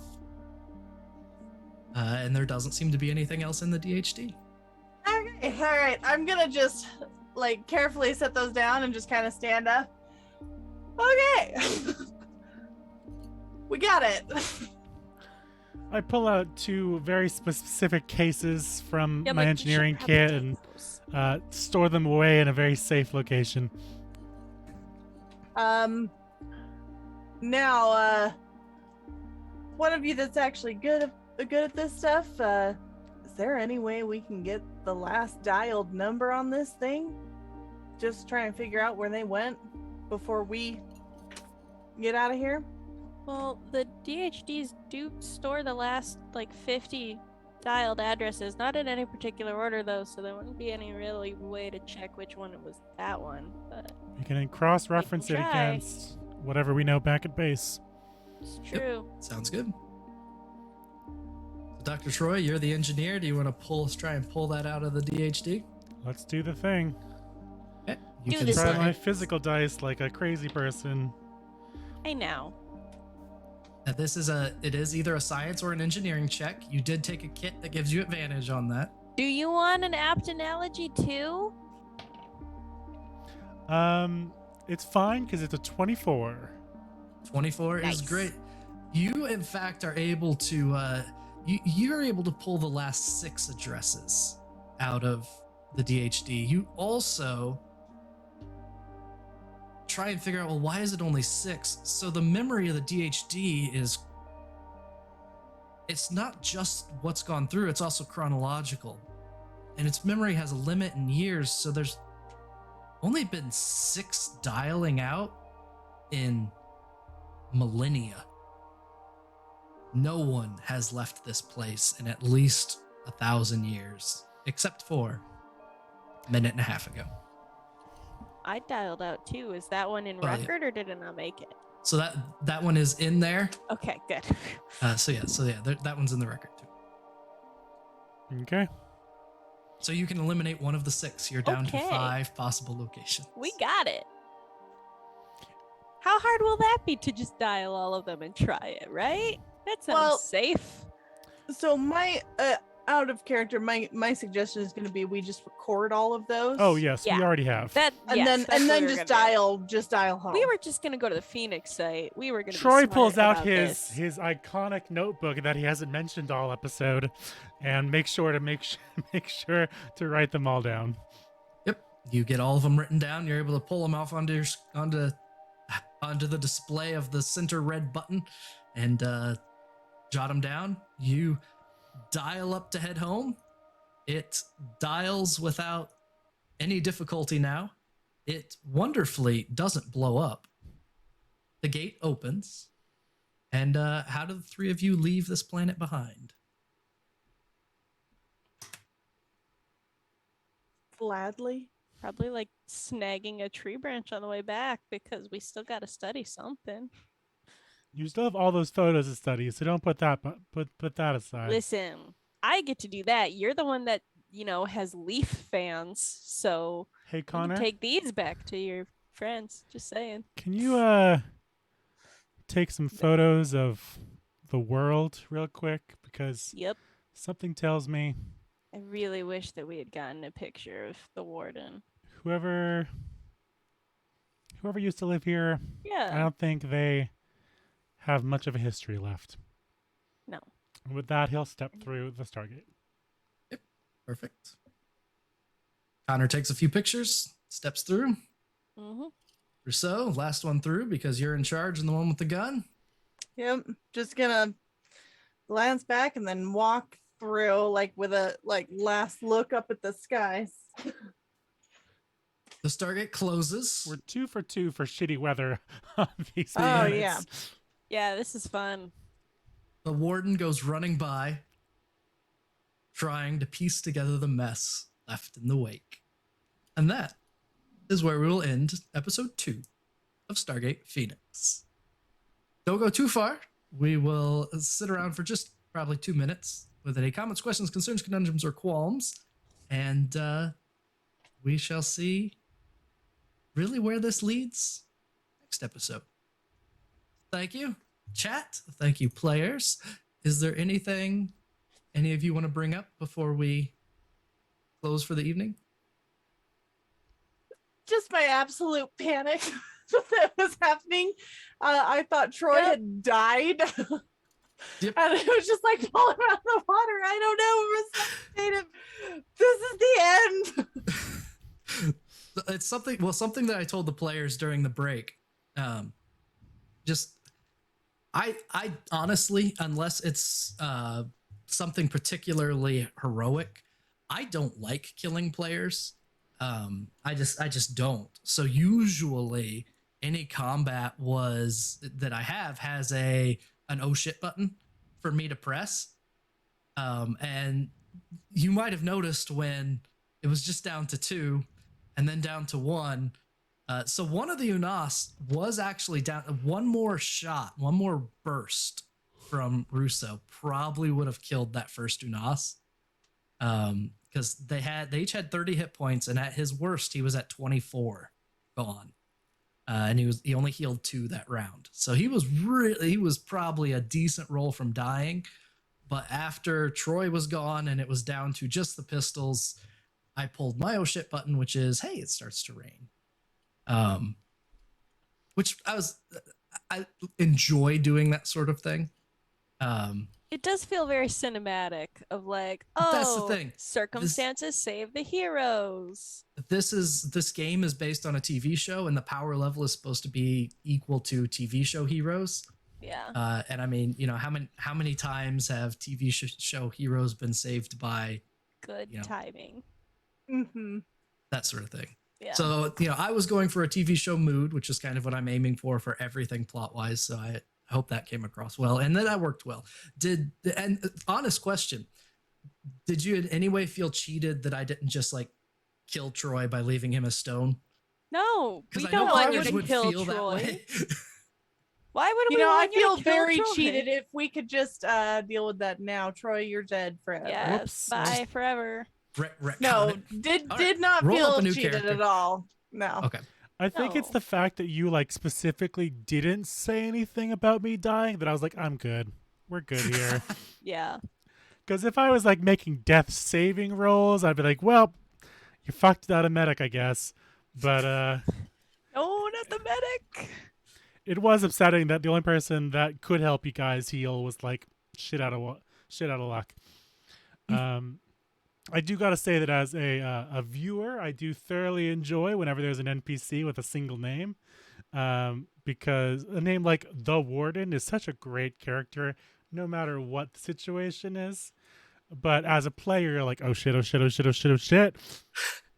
I also just really liked the behind the scenes of like we were just trying to get this out of him, We're like, wait, what do you mean prisoners? And Luke was like, stop calling us prisoners.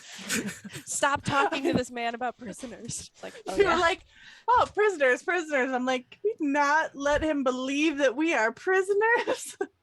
Please Like, stop yeah, giving him the suggestion that we could be prisoners. Let's just X-nay on the isner prey. Like, no.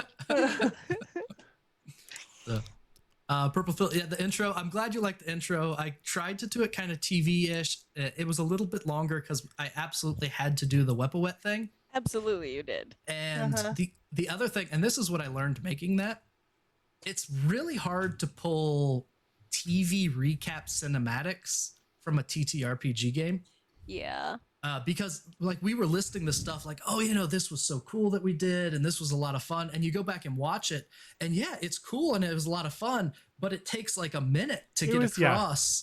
It was what like happens. a 4-minute span for like one action. It's Yep. And so like pulling those little things out becomes it was most obvious in that very first thing where, you know, we wanted to get Russo catching the Matok staff. You know, that was that when we were asking for highlights after the game, everybody said we need where she catches the Matok staff. And I started looking at the whole thing, and to get enough context of knowing what she's doing by catching Matok staff, it was like a minute. It was 42 seconds to get the full context, because by the time I describe what's happening and, you know, it happens, and then Luca describes what's happening, you can't really clip that down to 2 seconds, which is why there's that weird flickering cut in the middle of it, because I had to cut out, like, you know, no response to the unimportant responses, the dice rolls, those sorts of things. But yeah, enjoyed it. I enjoyed it. I love games like this, and thank you very much. Always worrisome when you take away players' abilities to move, but I think that it kind of worked out real nicely, and I tried to limit it to not being an extended freezing. I'm still angry at Luca for when she turned me into a pig during Harper's, so I feel the pain there. Some things are well deserved, though. I think that is it, unless anyone has anything else to bring up. I'm good. All right. Well, chat, thank you for joining us. We're going to do outros and be gone for 2 weeks before we come back for episode 3 to see what has been discovered in the photographs taken and what might be the next thing on the list. Photographs. I mean, importantly, in the 2 weeks when we'll be gone, we'll have our first episode of Basilisk. Yeah. Yep. And the first episode of Basilisk will take place on the 22nd. So we'll all show up and heckle them. What is that you all did start freezing about the time they showed up, by the way. When Basilisk was most active in the chat was when you were failing the most rolls. Come on, Basilisk. I think Hey, Luca called it. We They gotta are show up and heckle them. they're planning things behind the scenes, and we don't like it. Jeez. Think these teams would have their own chats or something. Let's do our outros, starting in the top center of your screen with Luca Locke. Hi, I'm Luke Locke, and I was panicking on stream tonight as Lieutenant Colonel Karis Russo. I am all over the place. Tomorrow is Harper Investigations, just a spooky one shot since season 2 is now wrapped, but it will still be Harper's. Doing Harper things. And then on the 18th is City of Mist Madness calls it forth. And I'm scared because my DM keeps sending me messages about my backstory. And then on the 23rd, we are back for Dark Echoes and the return of Murder and Coffee, hosted by yours truly and Sarah. And then on the 24th is Blood and Grit and another spooky one shot from me. And then Stargate Phoenix is back, and we just go round and round and round. Over Niffer proper? Who's next? Proper? Yeah. You can go next. Hi, my name is Proper Nerdy. I'm a TPK staff member. I'm a role player, a game designer, and a game master. That's the word I'm looking for. You can find my premiere show, Madness Calls It Forth, which is a City of Mist campaign based on Knights of Paintown, We're on our third episode, which any GMs who have read the module know that's a very important episode, so be on the lookout.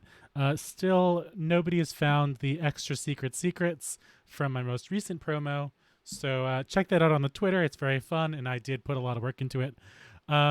Yes, I've been sending Luca lots of very cryptic messages, and things are going to go wild, I think, on this particular episode.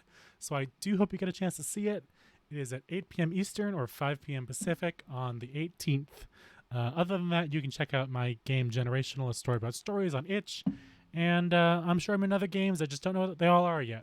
Oh, importantly, I'm playing in Chew this on the 16th, which is a new TTRPG based on the comic Chew about the investigations of the FDA into chicken crimes, I think. And we'll see. Chris is running it. I'm sure. What a way to sell the game. There's a whole backstory that I have not been totally fully looped into yet, but that's the gist of the Chew narrative. Is that you're investigators from the FDA, and should be a very, very fun game.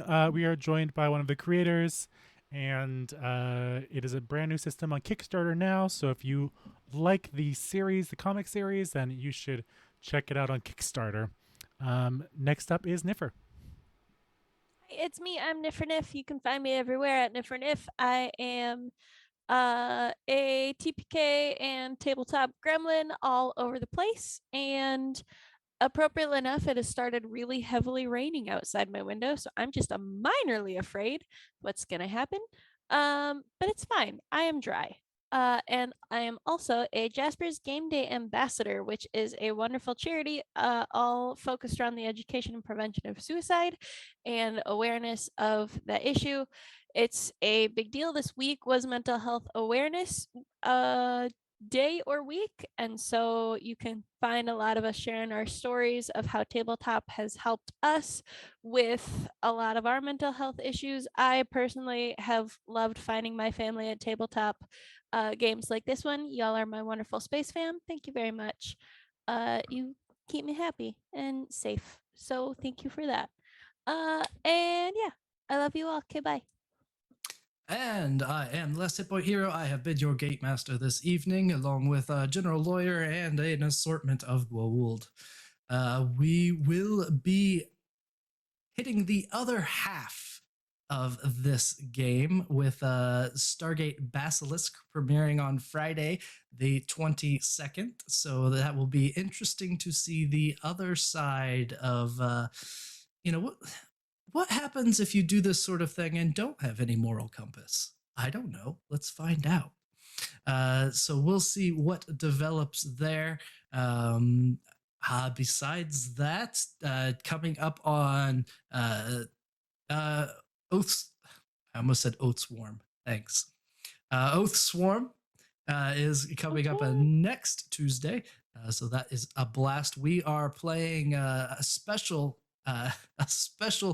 game because we're going to be some of the not our typical characters, but well, I'll just say it's something a little bit special. So do make sure to catch us for that. I think that is everything from me. Thank you again for joining us. I have had a blast. I hope you have as well. And until I see you again, be good. That's the rule.